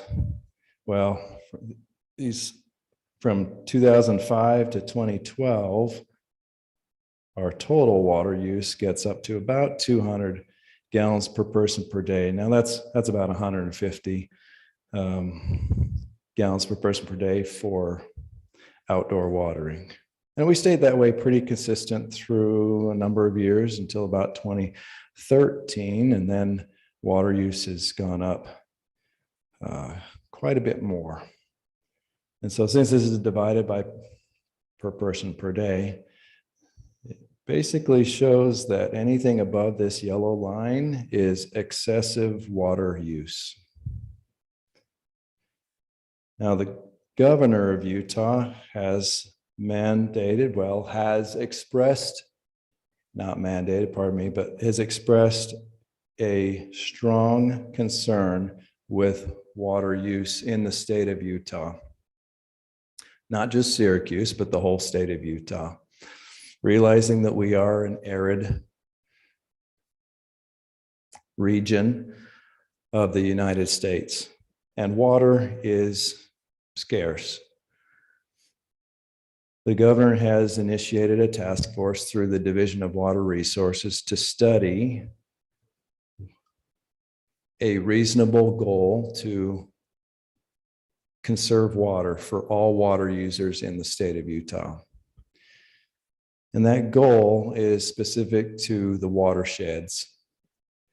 So each watershed has their own specific goal. We live in the Weber watershed because the Weber River delivers to us. So it's described that by the year 2030, the goal for not only Syracuse, but all water users in our watershed is to have no more than 200 gallons per capita per day used. Now that's both indoor and outdoor water.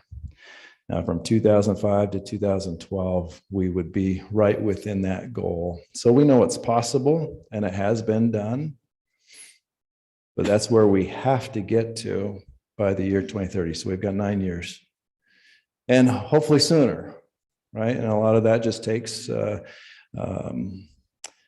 education and working together and coming up with ideas to help reduce the amount of water that we use.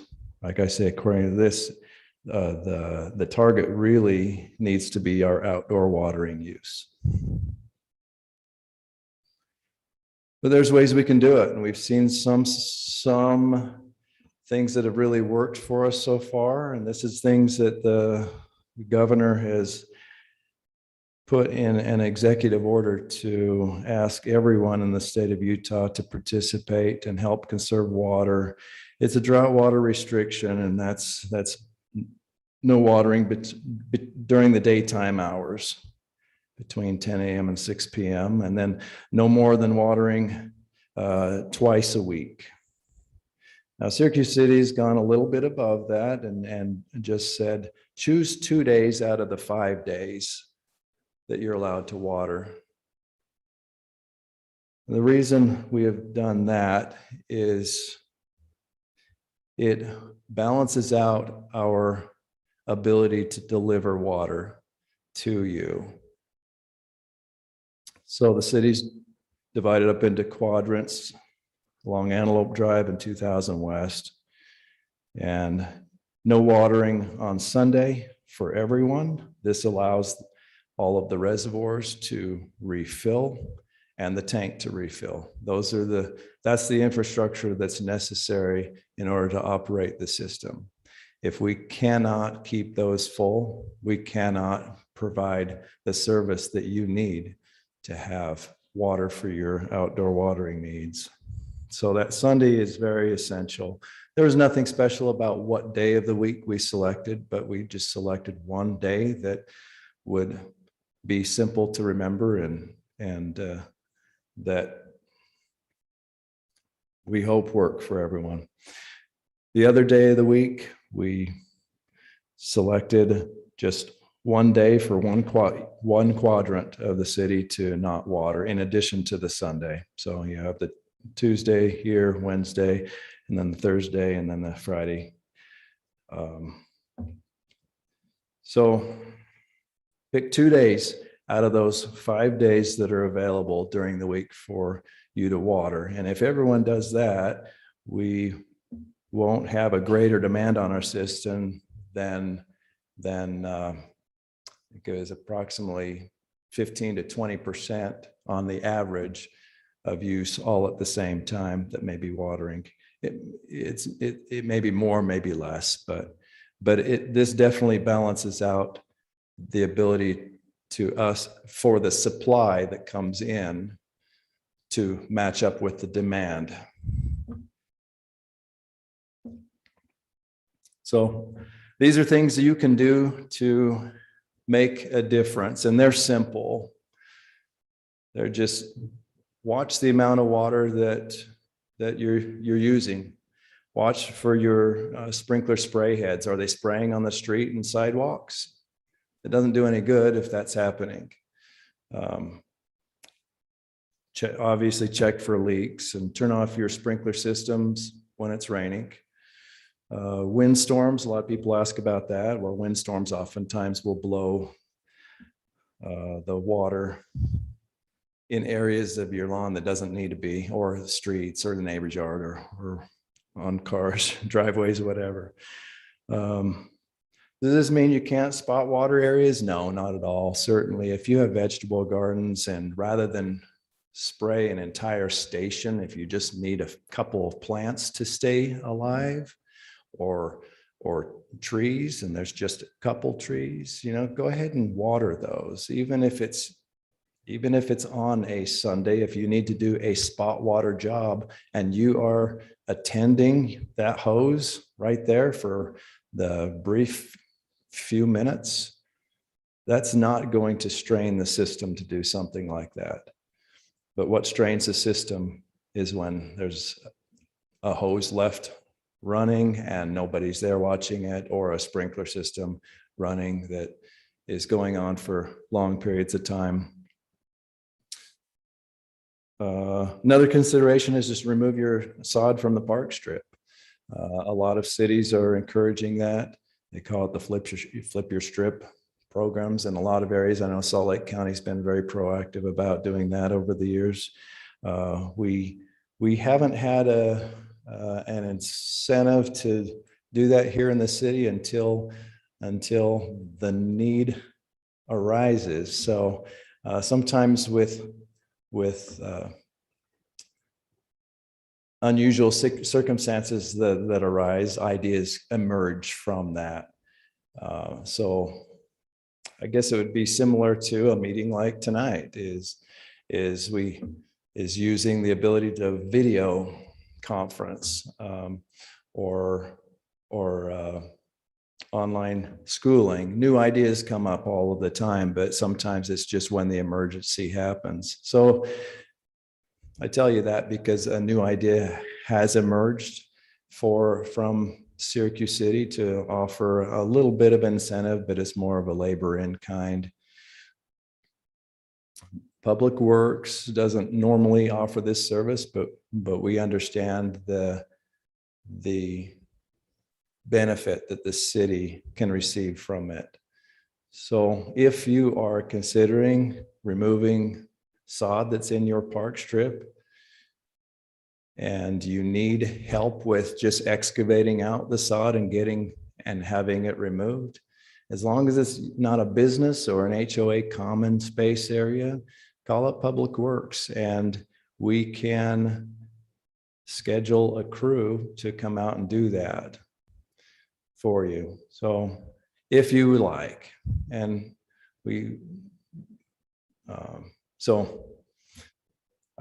that's one idea that the city came up with that I feel has been a real worthwhile thing. It is new. We haven't done too many, maybe half a dozen so far, but we've only started that, I think, a couple of weeks ago, and I think it's helping. Every little bit helps, right? So with that, I'm just encouraging everyone to continue with the momentum of conserving water. We are noticing this year that our reservoirs and tank they do struggle to stay full. But the more we see people helping to conserve water, the better, the more we have noticed an improvement in the system in order to deliver water to you at the pressures you need. So with that, I can take questions. Let's start here in chambers. We already have a couple of hands on the Zoom meeting, but is there anybody here in chambers that would like to? Yes.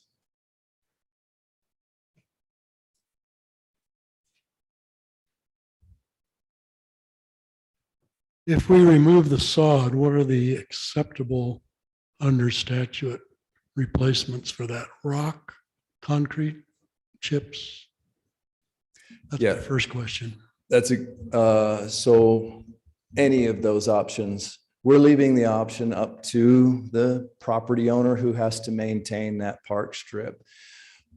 We simply just want it to be something that's a lower water requirement. So a low water or no water. Okay. Could you go back to your chart of water use for just a moment? Here. Yeah, I'm taking liberty here with the council, but I'd like to point out that the reason that has increased so far past 2013 is the increased growth in the city, including the extra heavy apartment usage, because we may gain a few water shares from a few acres, but when we put multiple housing on those and put multiple people in there, we're using a great deal more water. So that's a plea to keep an eye on this terrible expansion of multi-unit housing. Last comment, I appreciate what Corinne said, and I wish we could carry this into other city meetings, because city council meetings where we can only comment on the first 3 minutes of a meeting, it's a terrible way to keep the public from giving real input that is really, really valuable. So I hope that tonight we've learned a lesson that the public can give useful input during the entire meeting. So I appreciate you listening to that comment. And I appreciate those who are running for office that will support more public input through the entire meetings. Thank you. Thank you. Anyone else here? Gentleman in the yellow shirt, and then Alan.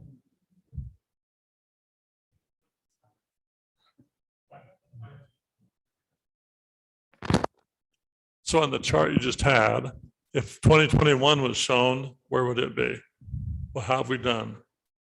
Do we get an A, B, C, or D? So I don't have 2021 shown because the season's not over yet.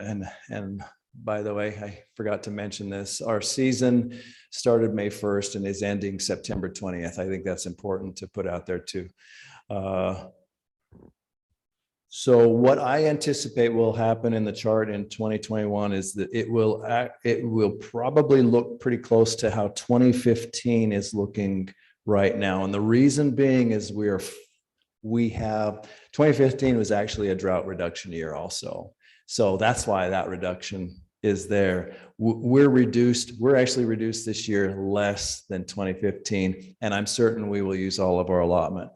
But because of our drought reduction, we probably will run right about that 200 mark.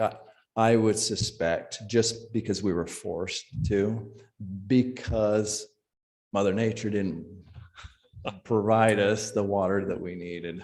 So I'll certainly update it and we'll find out. So that shows that the city is responding somewhat to, the other thing is when you drive down the road and you see somebody with big, beautiful lawn with burnt lawns on either side of them, sort of irritates you, doesn't it? I bet it does you. Mm-hmm. Thank you.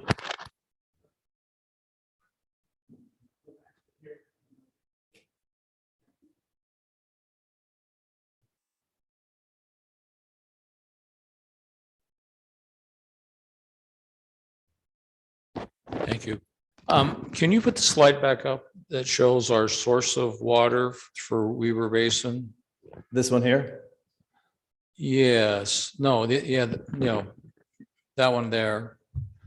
So there's been some talk about this drought's going to extend beyond this year, could go another year or two. While secondary water is important for outside, but there's some concern about even a risk of drinking water. So how will Weber Basin adjust that we make sure we have enough culinary water, let alone secondary? And secondly, I notice on your picture up here for culinary that 15% comes from well, and I'm going to ask an ignorant question here. But given that we're so heavily dependent upon snowpack and so on for our water, and obviously that's why we're in the condition we are, is well water a more stable source? And if so, or does it also diminish significantly because of drought? But if it is there some consideration of increasing well water to stabilize water source? I realize there's a cost there, but. Sure. Yeah, we actually have a water right. Well, anyone who has a well is required to have a water right through the Division of Water Rights, and is only able to draw out the amount of water from that well based on what the water right allows. So we have not maxed out that water right. So we do have a little bit more where we can pull out of the well, but it still won't be a large percentage in comparison to the water we're receiving from Weber Basin. Yeah. So is it possible to drill other wells? Absolutely. Yeah, absolutely. We can drill additional wells. We would have to get water rights for that and go through a process. And there's a big expense with a well and a well house, millions. I don't have the cost, but certainly that's possible in the future. Where was I going? Did that answer your question? Was there something? Did that answer your question?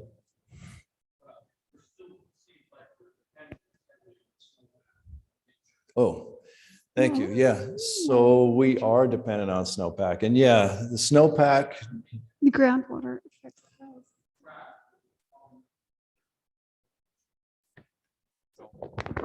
Getting water earlier than we get it.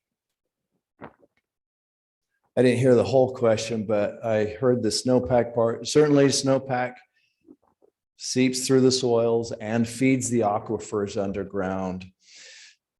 And did ask if we've noticed a difference within the well. Yes, we have. Our well, not only ours, but I've spoken with Clearfield and Weber Basin, and their well levels have all decreased. They've dropped. Ours has dropped about 40 feet lower, which is pretty significant. So if we drill another well, right, we're pulling water out of that either that same aquifer or one that's next to it. And aquifers can certainly influence each other. I don't know if I caught that, your last question. Okay. Anyone else here? Josh? Getting your workout, Brody.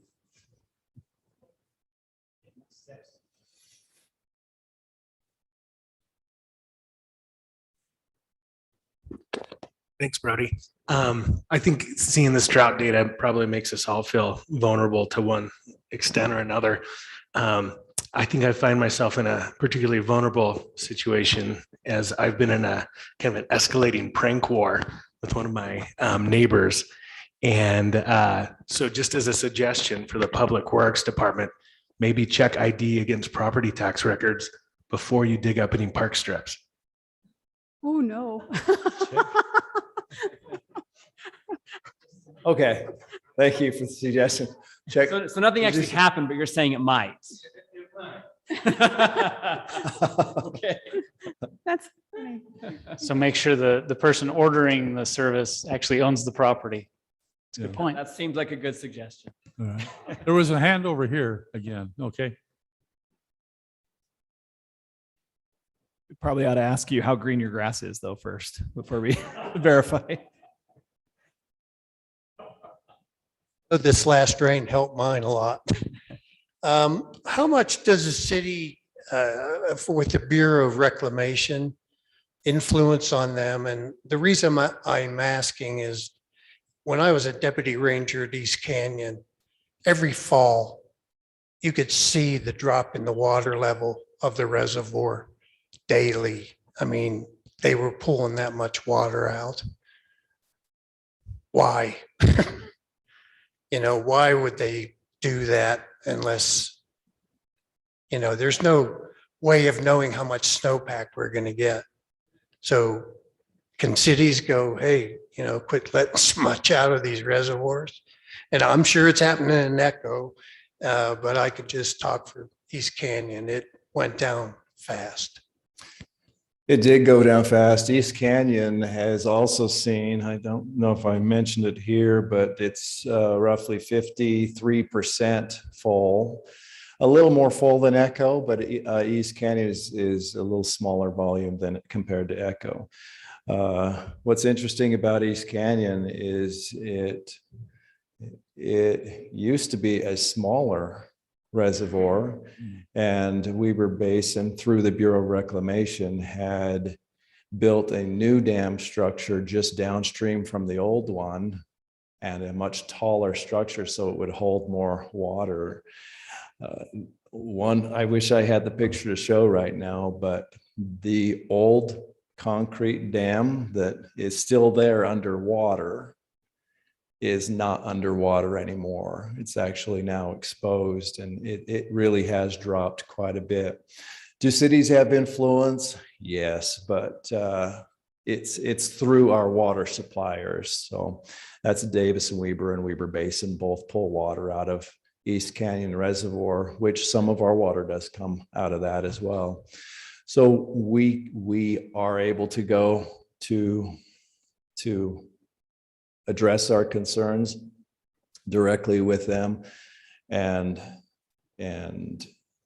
try to influence their decision makers to hold back water if that's what we choose to do. Absolutely. Whether they, we're just one of many, though. There really are a lot of other water users besides Syracuse City.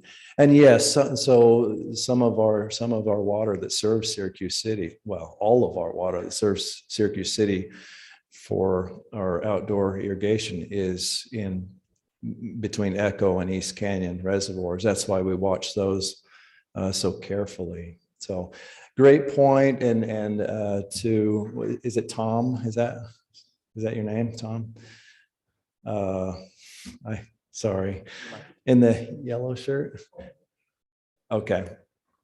A point you made was,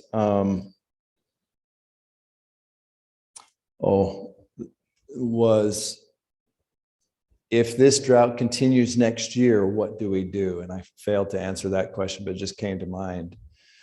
Yeah, that's certainly a concern. The National Weather Service has been watching they can do just a 3-month outlook on a forecast. And I think even then it's a little bit of a guesswork based on weather patterns. The 3-month outlook is not looking very good either. They are still showing hotter temperatures and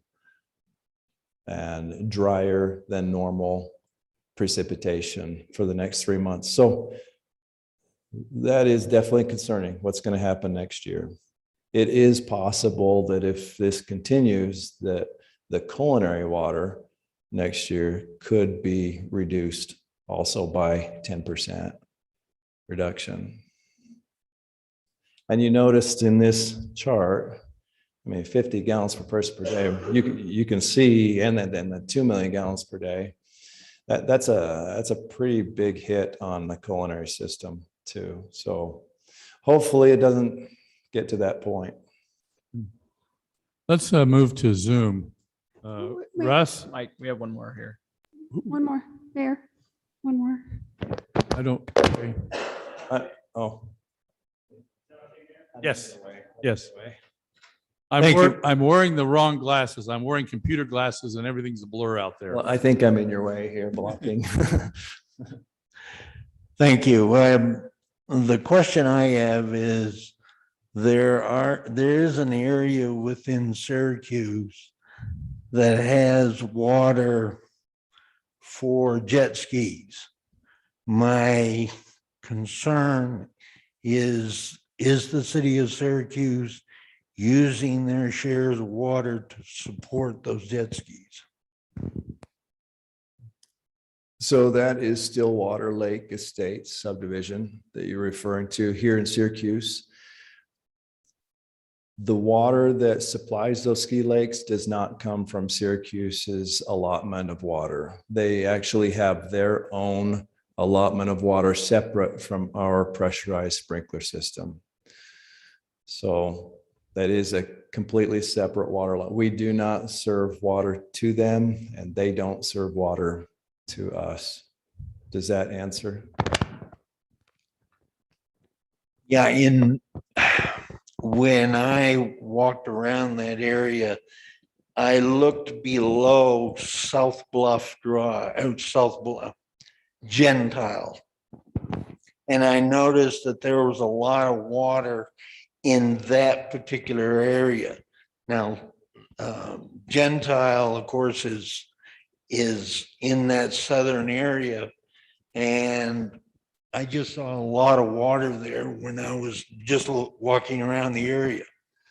And I just wanted to know where that water is going. Is this water in ditches that you're seeing? Just in open ditches? Yeah. Flowing out? Okay. So south of Gentile, the Nature Conservancy runs that land and owns a predominantly large amount of that land. Some of the land is privately owned still through that airplane flying field. And they all water with flood irrigation, similar to what the mayor was talking about with flood irrigating the land. So all of those lands south of Gentile are flood irrigated. So they receive water from their own allotment of shares separate from the cities. Yes, we don't. We don't serve it from that 19 million gallons a day. It does not come from Syracuse City's allotment of water. Okay, let's move on to Zoom.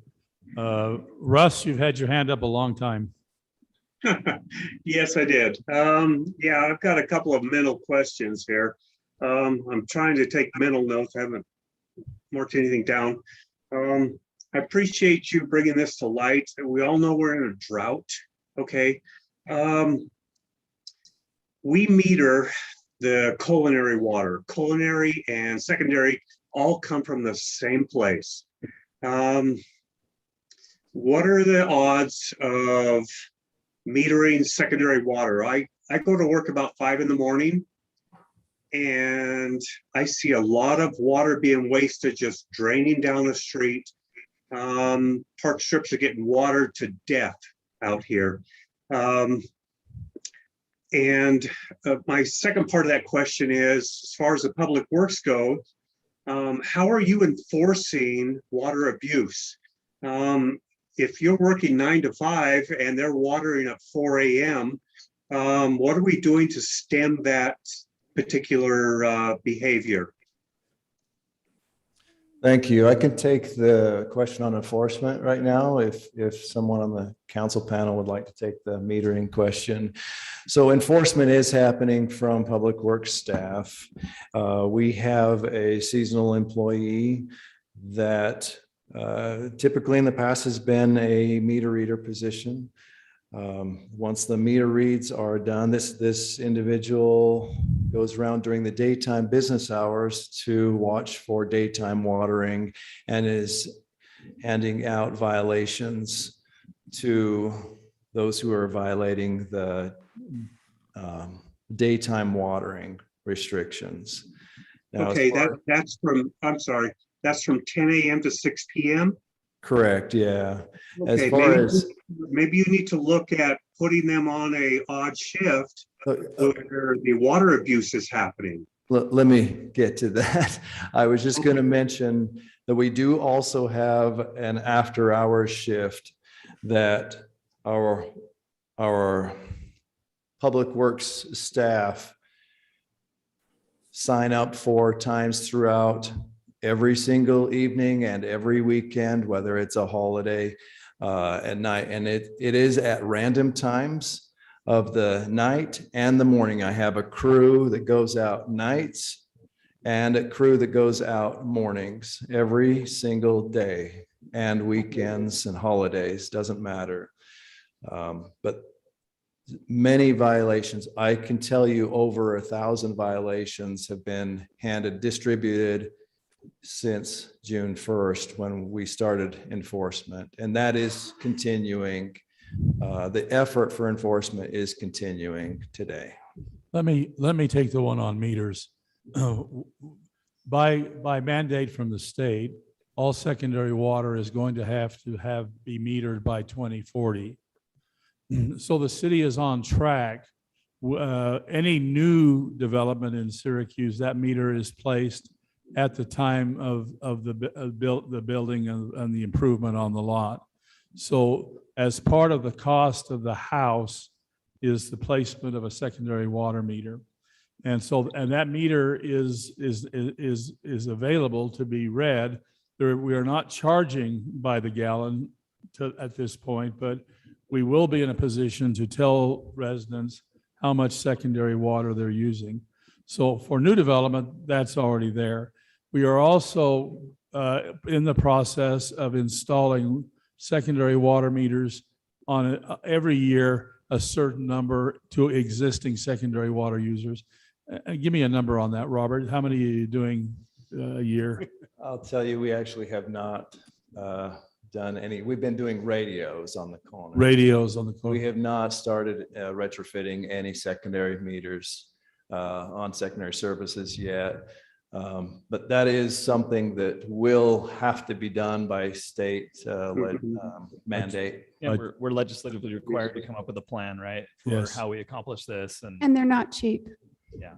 And they're not cheap. And that's really the issue. I mean, a lot of people, we come to a drought position and people say, why don't you make it happen right now? The cost Millions. is in the millions. So I think about 13 million for today's money, and that will just continue to and so increase. that's not something we can just come up with. And then, just so you all know, there was a discussion at the legislature of why don't we just tell cities to do it? But that was the obstacle. You just can't tell every city to come up with 13 or 20 or even $10 million without notice. It takes time. We've got to come up with a plan. So, somebody also mentioned the suggestion of make everybody pay for it. But again, some people just can't afford that on the spur of the moment to say everybody's going to have to pay for their own water meter. So In addition to that, I would also say that there are most cities throughout the Wasatch Front that are watering their yards and everything with culinary. We are one of the few that actually have secondary at a much lower cost to our residents. We are very lucky to have that. But because we are on secondary and that mandate from the state to put meters on secondary, we will have that brunt of that cost. And a lot of cities were all for it because they don't have to worry about it.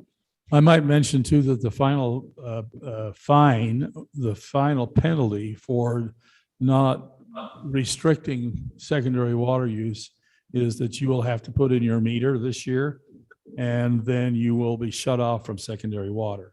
Yeah. And you will pay for it. And you will pay for it. Your own if you're meter. an abuser that just decides they won't work with the restrictions that the governor has placed, then eventually we will have to shut it off because we all have to kind of work through this together. Yeah.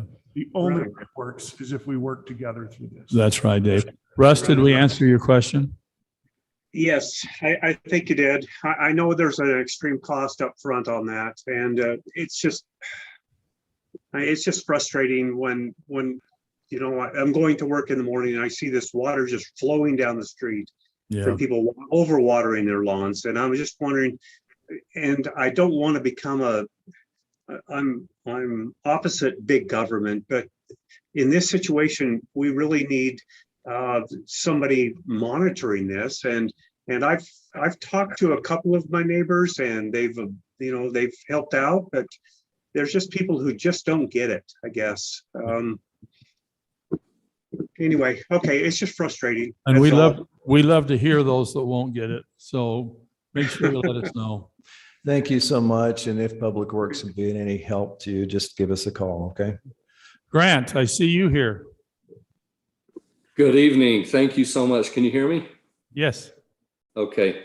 First of all, I would like to thank the mayor and city council for the foresight in delaying turning on the secondary water to begin with that allows us to have it a little bit later.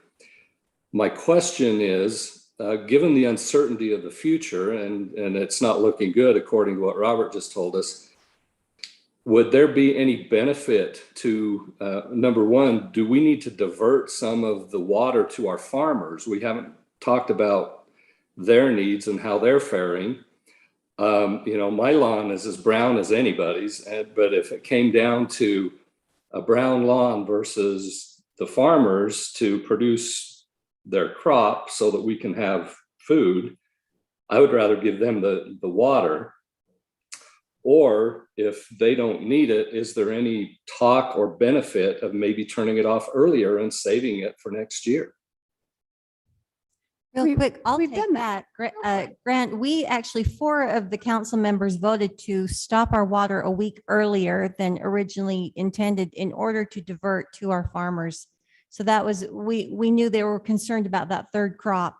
So we're given a specific allotment no matter what. So when, you know, you get it kind of stretched out over time and then they end your water. So what we did was say, we will stop our allotted water a week ahead and take that water early. So, and they were grateful and they said it allowed them to have that third crop. So we actually did just as you suggested. So great minds alike there.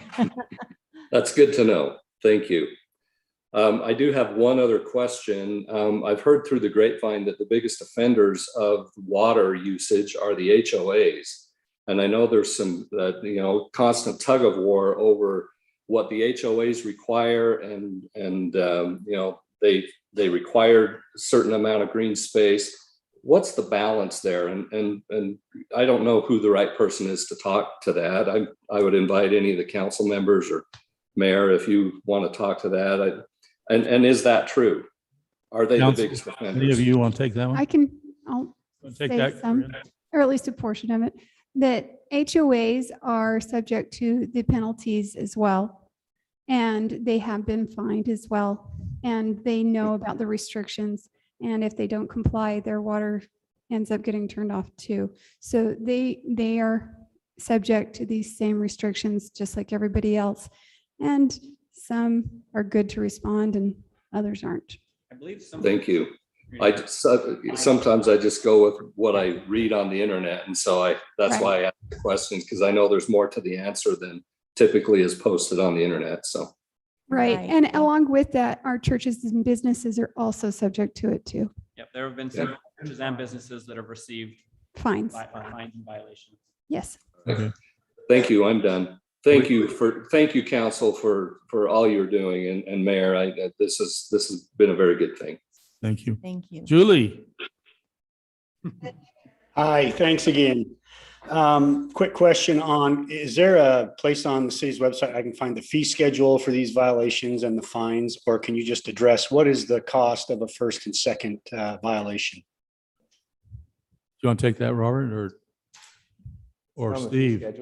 First fine is First fine, first violation is just a warning, right? Second violation it is $200, then 500, and it goes to 1,000, and then shutting off your water, and that 1,000 would be used to put the meter on. And there's a ratio of the violations that have been cited. How many have been paid? Can you give me an idea on that? A lot of the fines were first applied in June, went on the July bill. And so we're just collecting those. I think in the first round, there was about 30 to 40 fines that hit that first $200 level. To my knowledge, I don't have the numbers in front of me, but I just did a count recently. It was about 155. It's actually in that news article that the mayor mentioned.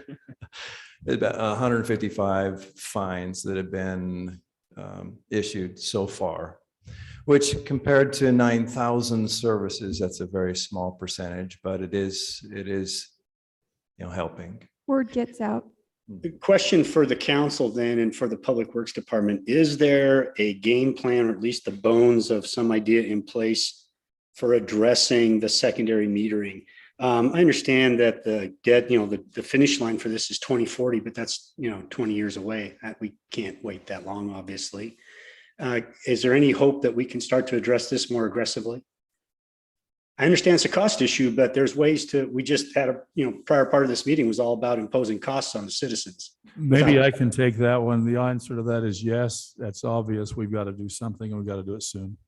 It has been, But is there a plan in place, a schedule, a timeline that we can start to see some action on that? not yet. It It's has not been final, discussed but though. we have been working on it.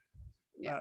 It's a big task. It's not something that we can just take lightly. So we are working on it ongoing to try and find out. There are grants we can apply for. There is talk about some funding assistance. The funding that the state came up with, if you spread it across the state, is tiny because there's so many people in need. But we're looking at all the options and we're continuing to research to find other ways that we can divert some of those costs. It's a big number. You don't come up with it overnight. A lot of this comes through state legislation to allocate funding for this sort of thing. I would imagine that as the drought continues, the urgency will become greater in the legislation. Hopefully we'll address this concern and allocate more money, and hopefully not match money either. Something that will be Actually moves the a needle. 0% match if they really want to make a difference. I have spoken with people at Weber Basin in high positions who are really trying to press the legislation to do something more. Well, that's was kind of my next question, and respectfully, sir, hoping that the legislature will do something is not an action, a plan of action, but so using lobbyists and entities like the water district, these big water wholesalers, do you have any other ideas for League of Cities and Towns, for example, other lobbyist arms that we can use to get some action from the legislature to help fund this? League of Cities and Towns does exactly that. That's probably our best lobbying ability that we have there, is because every city's in the exact same position, and all of us are upset. And anytime there's a mandate passed down that incurs a cost for us and for our citizens. So that's exactly what we've been working on. In the last year, we've talked to them and we'll continue to do that. And they have much more power than the individual, but individual contacts, citizens contacting representatives is a great idea as well. Yes, I would encourage you to call your own representatives. And there's those are great answers. If you look back, the original proposal was that it would be a loan that would be fully repaid by cities, then to a matching funds proposal. Maybe with the urgency of the drought, we can get a little higher, or if not, what Robert suggested, we'd love to see that it was going to be funded because it is a statewide need. But it's not the only option we're looking at. I totally understand that you're saying that hoping that they'll do something is not really an actionable plan, but we are looking at that as one of the options that we hope to see if we can move that needle a little closer to reality. I do want to add that the metering on the new construction will be about half of the city once we reach build out. So isn't that correct? At the time that we decided we implemented it? Yeah. I know, but I'm saying, but it will continue after 2040, but I'm just saying that at least we have that going from instead of none, It's been a few for years, all new all construction. Construction has been required. Required. To put that in, and that is a big help. Thank you for these answers. And I just want to, offer my comments respectfully and thank you for answering them, and finish by saying our Public Works Department, you're rock stars. In 6 years, I've had one occasion to have to call you, and you were on it and very helpful. So I appreciate this flip the strip opportunity. I'll definitely be contacting you about that. And thanks everybody for your time. Thank you. Thank you. Thank you. Mr. or Mrs. Williams? Yes, it's Kyler Williams. And I wanted to go back to your usage graph for a minute. I'm a resident of the northeast quadrant of Syracuse, moved in about 2012. And I find that time period interesting, and that ratio of culinary usage that stayed so constant and consistent, whereas the secondary usage has really increased. I've experienced that as a resident of this city. And I can't help but wonder what do we know about that increase in usage? What's driving it? I mean, one of the things I've observed is the pressure in my neighborhood is so atrocious that I'm almost don't want to water my lawn at all because I can't get my sprinklers to run properly. I've had to redo my sprinkler system just so I can get my sprinklers to run halfway decent. And this year it's so atrocious that, I don't even want to water sometimes because I feel like I'm just wasting water anyway to water, small portions of my lawn, so do we feel like other people are overwatering possibly to compensate because of the pressure situations or what's driving that increase in secondary water use? And are there ways that we can address that issue? And also we've observed in our neighborhood, the city watering the parks in the middle of the day. Shouldn't the city be abiding by their own rules? If they're gonna put restrictions on us, they need to abide by their own rules too. Mayor, I'll take part of that. Okay. Okay. As far as the parks, first of all, a lot of our use in the evenings after 6 p.m., they're still playing games until dark. And so we can't water while it's in use, while it's being programmed for practices and play. And also because they have increased use, the turf gets beat up a lot more than our typical yard. And so their watering schedule, plus also the fact that they are so large of an area, for instance, I think Founders has, is it 19 zones? More than that. So just to get through all of their zones, they would not be able to do it in one evening. So they have to do some watering outside of the times in order to accommodate use of the park and then also use of the turf. And also a number of zones that go through that. Can I add on to Corinne's statement that remember, a part of the reason why we do that is to actually help you get pressure. If we decided to water all of our parks at the same time you're trying to water your yards, you wouldn't have anything at all. So just know that there are times we do break our own rule simply to allow you to have the pressure to water your yard. So we do take a lot of heat for that. And you're absolutely right. We are breaking our rule, but just know we're doing it with your best interest at heart. That makes sense. That makes more sense. I appreciate that explanation. Okay. And then along with that, there's some reasons possibly why you might have poor watering or poor pressure. And part of it could be possibly the location, the closer you are to the tank. Apparently there's some lower pressures in that area, but also the fact too that if you're sharing like a twin line with your neighbor and they're trying to water at the same time you are, your pressures are going to be rather poor. So sometimes some coordinations with your neighbor can really help with that. I know in years past, when you look at that one graph where it dramatically went up, I had my backyard neighbor and my neighbor to the one side of me, they both have moved, so I can say this, but they were watering every day. Yeah. So, and you could say that if they live there too. Oh, I guess I could, but luckily they've moved. But one way or another, that shows a lack of knowledge of even what healthy grass needs. Sure. We were only watering twice a week, even back then. And I mean, all these years. And if you fertilize and you cut your lawn a little longer and so forth, you can have just as green of grass. If you're watering it all the time, usually your roots are going to be smaller. You go a day without and it's going to dry out. So I understand. I worked for a lawn care company for 3 years. And so I know about good watering habits and cutting grass long and those things. And I've always tried to adhere to those practices, but my issue has always been the pressure issue. And maybe to address that point, we live in the part of the neighborhood that actually had new street and new lines run a couple of years ago. And I had a city employee represent that possibly we could tap into that new line where the meter box is located and possibly get better pressure because of a larger line size. Is that accurate? I don't know about Robert? larger. Where is this? I guess we would need to know where you are. And I'm on a portion of 1250 that had the street redone about 2 years ago, and they came and put a new sewer and irrigation lines and installed the meter box, the secondary meter box. But I don't know if there's an actual meter there or not, or if anything's connected there or not. maybe we should take that offline. And what is your question? Whether he could get better pressure. Better pressure. their neighborhood can get hooked up to the bigger line.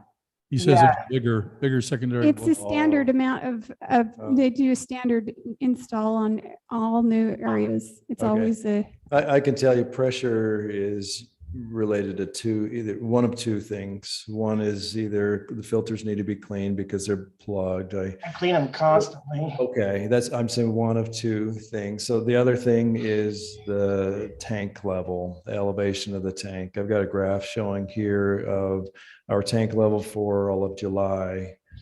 And if you were to see June, it would be much worse than this. You would see the tank empty and fill every single day, which indicates that there was a lot of excess watering.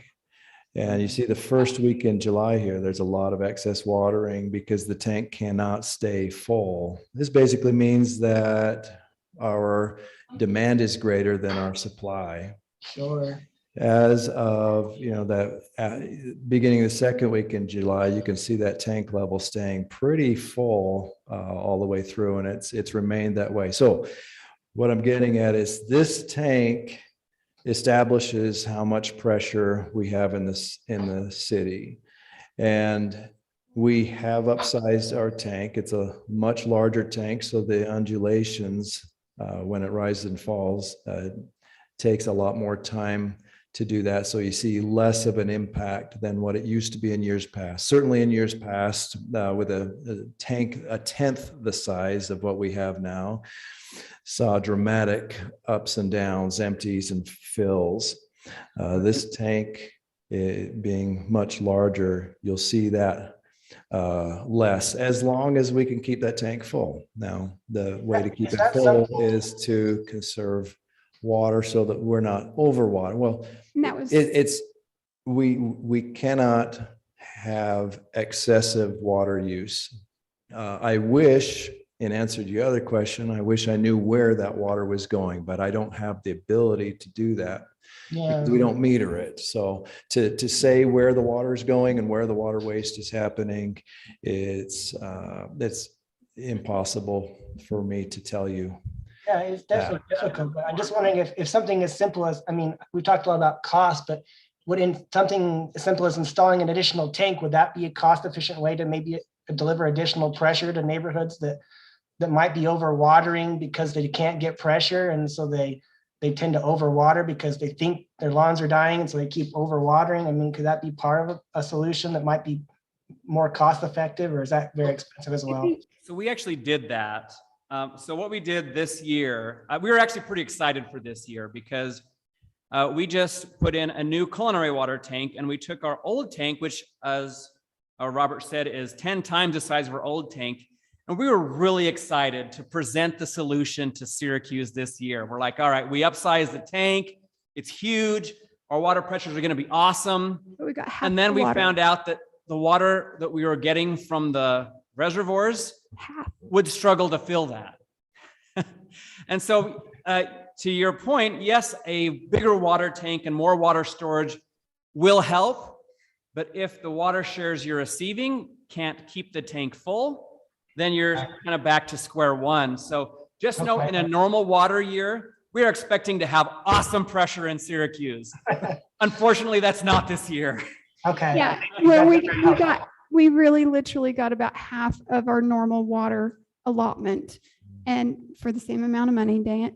But the other thing too, with your filters, you're having to clean them a lot because there's a lot more stuff in the secondary water. Low water levels. Yeah. And so it's going to be a constant problem this year for your filter just because of that. I want to thank Jordan for not being too excited. Water pressure. I was really excited to just present and say, we fixed it. Yeah. And just alas. I just wanted to say a follow-up about the situation with my neighbors. I think a lot of it's just education. Yeah.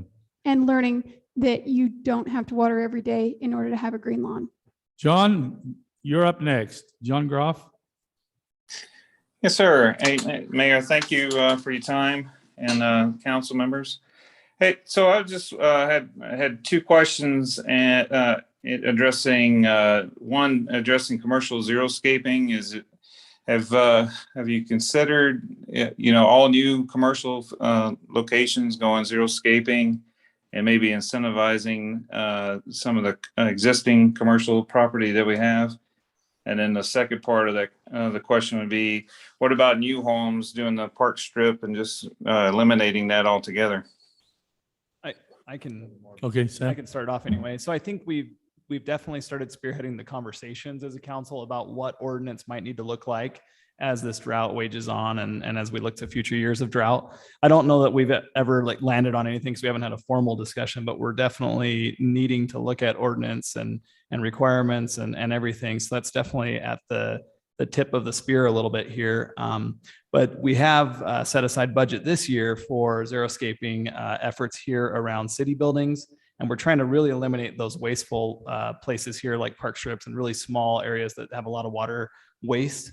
But again, that we're a little premature, I guess, in our development of those talks.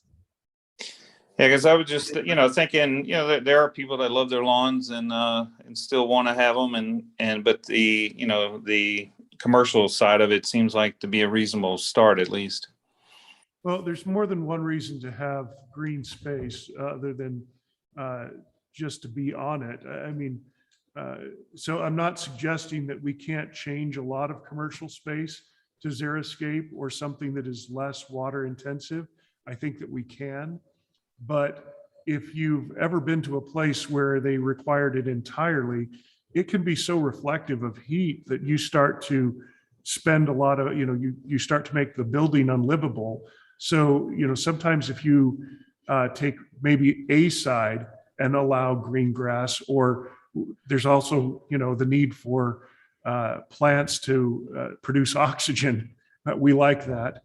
Shade. So, and shade. And so there are other reasons we want to be careful not to isolate all of the, and generalize and say everyone has to fall into one isolated category.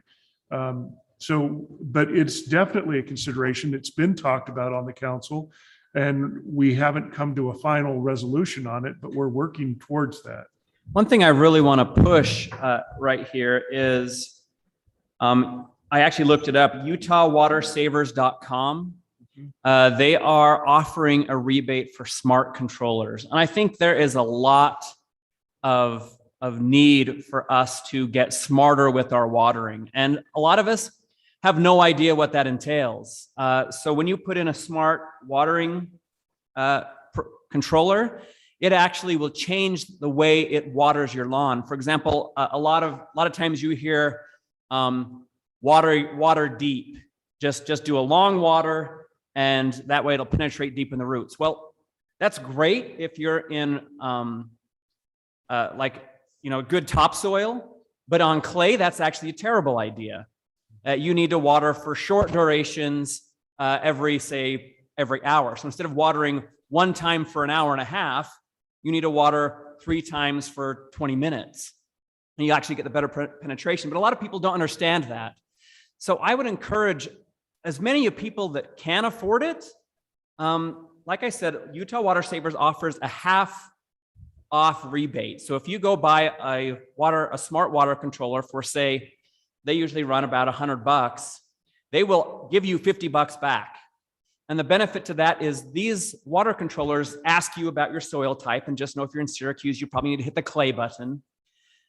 It'll adjust the watering so that you're actually getting more bang for your, I won't say bang for your buck, more bang for the water you're dumping on your yard. An average watering of a yard is 5,000 gallons of water.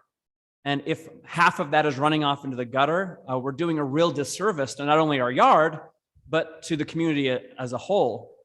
So I would encourage anyone out there that has not installed a smart controller to please do so. Like I say, it's a good deal right now. The same thing needs to be applied to businesses, churches. We're putting them in our parks just because if it rains, it's really hard for us to go to each one of our parks and shut off all of the stuff. And it's the same thing. If you're out of town and it rains, you're wasting water again. And so please, smart controllers are an easy way to really help make a difference. And so if you haven't put one in, please do so. Yeah, I do, and I love it. Cool. All right. I just have another comment back to, can you put up on the screen the water usage in excess? Perfect. All right. I wanted to comment on, one of the gentlemen was talking about our excessive building causing that. And I wanted to, yes, I wanted to clarify that this is per capita and that every home or townhome or even apartment complex has to come with water shares into the city to take care of that property. So the more homes that are built, the more water shares come in, and is to take care of that lawn as well. And if you actually look in 2005, 2006, and 2007, we actually had more dramatic growth then than we are having now. And we weren't exceeding our per capita use. And then also, we didn't actually start to have a really huge boom in building until late 2014. And so we were having a problem with usage prior to that. So this is not necessarily due to building at all. It's per cap, poor per person, how much management they're per using. person not doing what they should. It also, Watering twice as much as they were in 20. and it's important to note also that culinary is 2 million and secondary is 19 per person. So that's a completely, that shows you the discrepancy there. It's not about the people. Also, in speaking of developments and anything higher density than what we've had previously, none of those have been built. If you're referring to anything that's been approved over this last year, none of those have been constructed. None of those have been built. So these are non-factors in all of this information. So we need to be really clear and concise in our translation of the data. And also that those that are coming in have had to pay in their water shares as well. Yes. Okay, let's move on. Craig, you had a question. Yes, thank you. Let me come off mute here. More of a comment than a question. Just wanted to say thank you to everybody for making this public enough and Zoom enough to have all these questions and have all these comments. It's been really, really nice to see that the input is getting where it needs to be. And so I just wanted to say thank you and appreciate. I was going to call out the smart devices for watering and those kind of things, but that's already been done. So just thank you. Appreciate you all. Thank you, Craig. Is there anybody else either in the chambers or on Zoom that would like to make a comment? Yes. Could you put the link on the screen and show me how much property in Syracuse gets in pond waters? Do you have that? I don't know that we have it by pond. Yeah. We don't have that with us, Chad. You know, it's water half the city and the tank is water the other half, or how many sources have you got water? We've got 2 reservoirs. Weber Basin and Davis.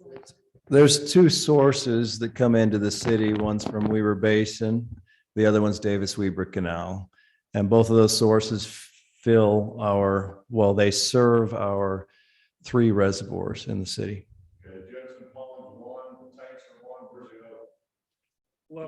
Bluff Pond, where the goats are.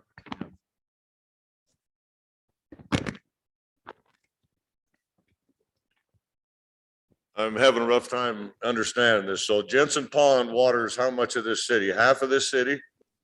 It's just a source to keep the pressure in the tank. We have multiple ponds that feed the tower. Everything has to go through the tower, correct? The system is all combined together into one system. We have not divided it out to a specific area for each. Each reservoir doesn't serve a specific area of the city. All 3 reservoirs are connected together into one full system citywide. So Jensen Pond pumps water to another system or to a tank, not to people's properties. Is that right? That's right. It helps charge the system. It charges the tank. And so does the Bluff Pond. It charges the tank. And pressure is maintained by pressurizing the system against that tank. So that pump house down at the pond doesn't pressurize the system. The tank maintains the pressure in the system. The reservoirs have pump stations that pump the water from the reservoirs into the pipes that are connected to the tank in order to allow that tank to stay full As long as we have enough water, the tanks can stay full, but that's the reservoir's job, is to keep that tank full. And this tank is located where? Up in, on the border of Clearfield, or where is that? Yeah, that's right. So they pump water clear from Jensen Pond up to that tank in Clearfield? Yes. It has to be in our property to do it within city limits. Good. Thank you. Josh, did you have something? Yeah. Now, people online want to hear you too. Unless it's about pranking your neighbor. No, that was serious though. I could have helped the city avoid a problem there. I could see that being a trend. I was actually just going to comment on some of the higher density, I guess, comments. I know, speaking for the Holt property, I know there's 351 units there and only 1.8 acres of landscaped property. And so I think if you take 1.8 acres of landscape property and divide it out on 350 households, it's probably a lot more efficient than most of the properties within the city. And so I think things like that will actually help the per capita usage of secondary water go down. Yet we still dedicated 50, acre feet of water. And so anyway, I think more dense housing might actually be part of the solution rather than part of the problem, in my opinion. Anyone else?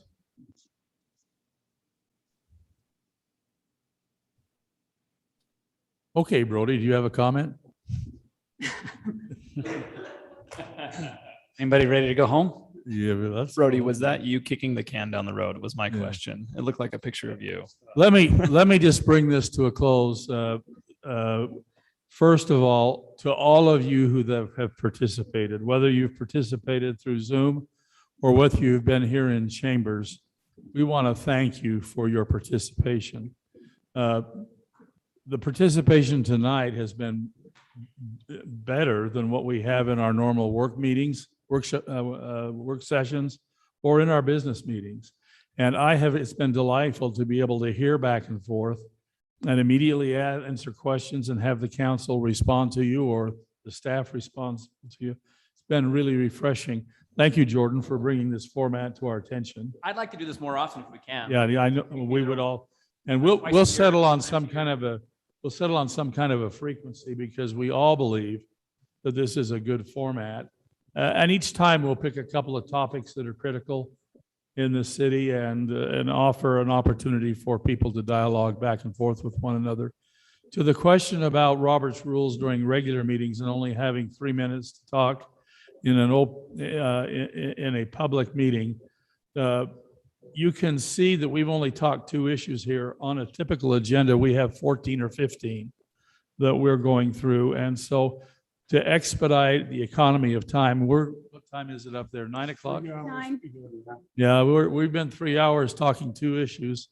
If we had 15, we'll be here till tomorrow morning at 6. No, thanks. Carrying it this way. So please understand that we have to fall back on Robert's rules in our regular business meeting, but this one has been refreshing.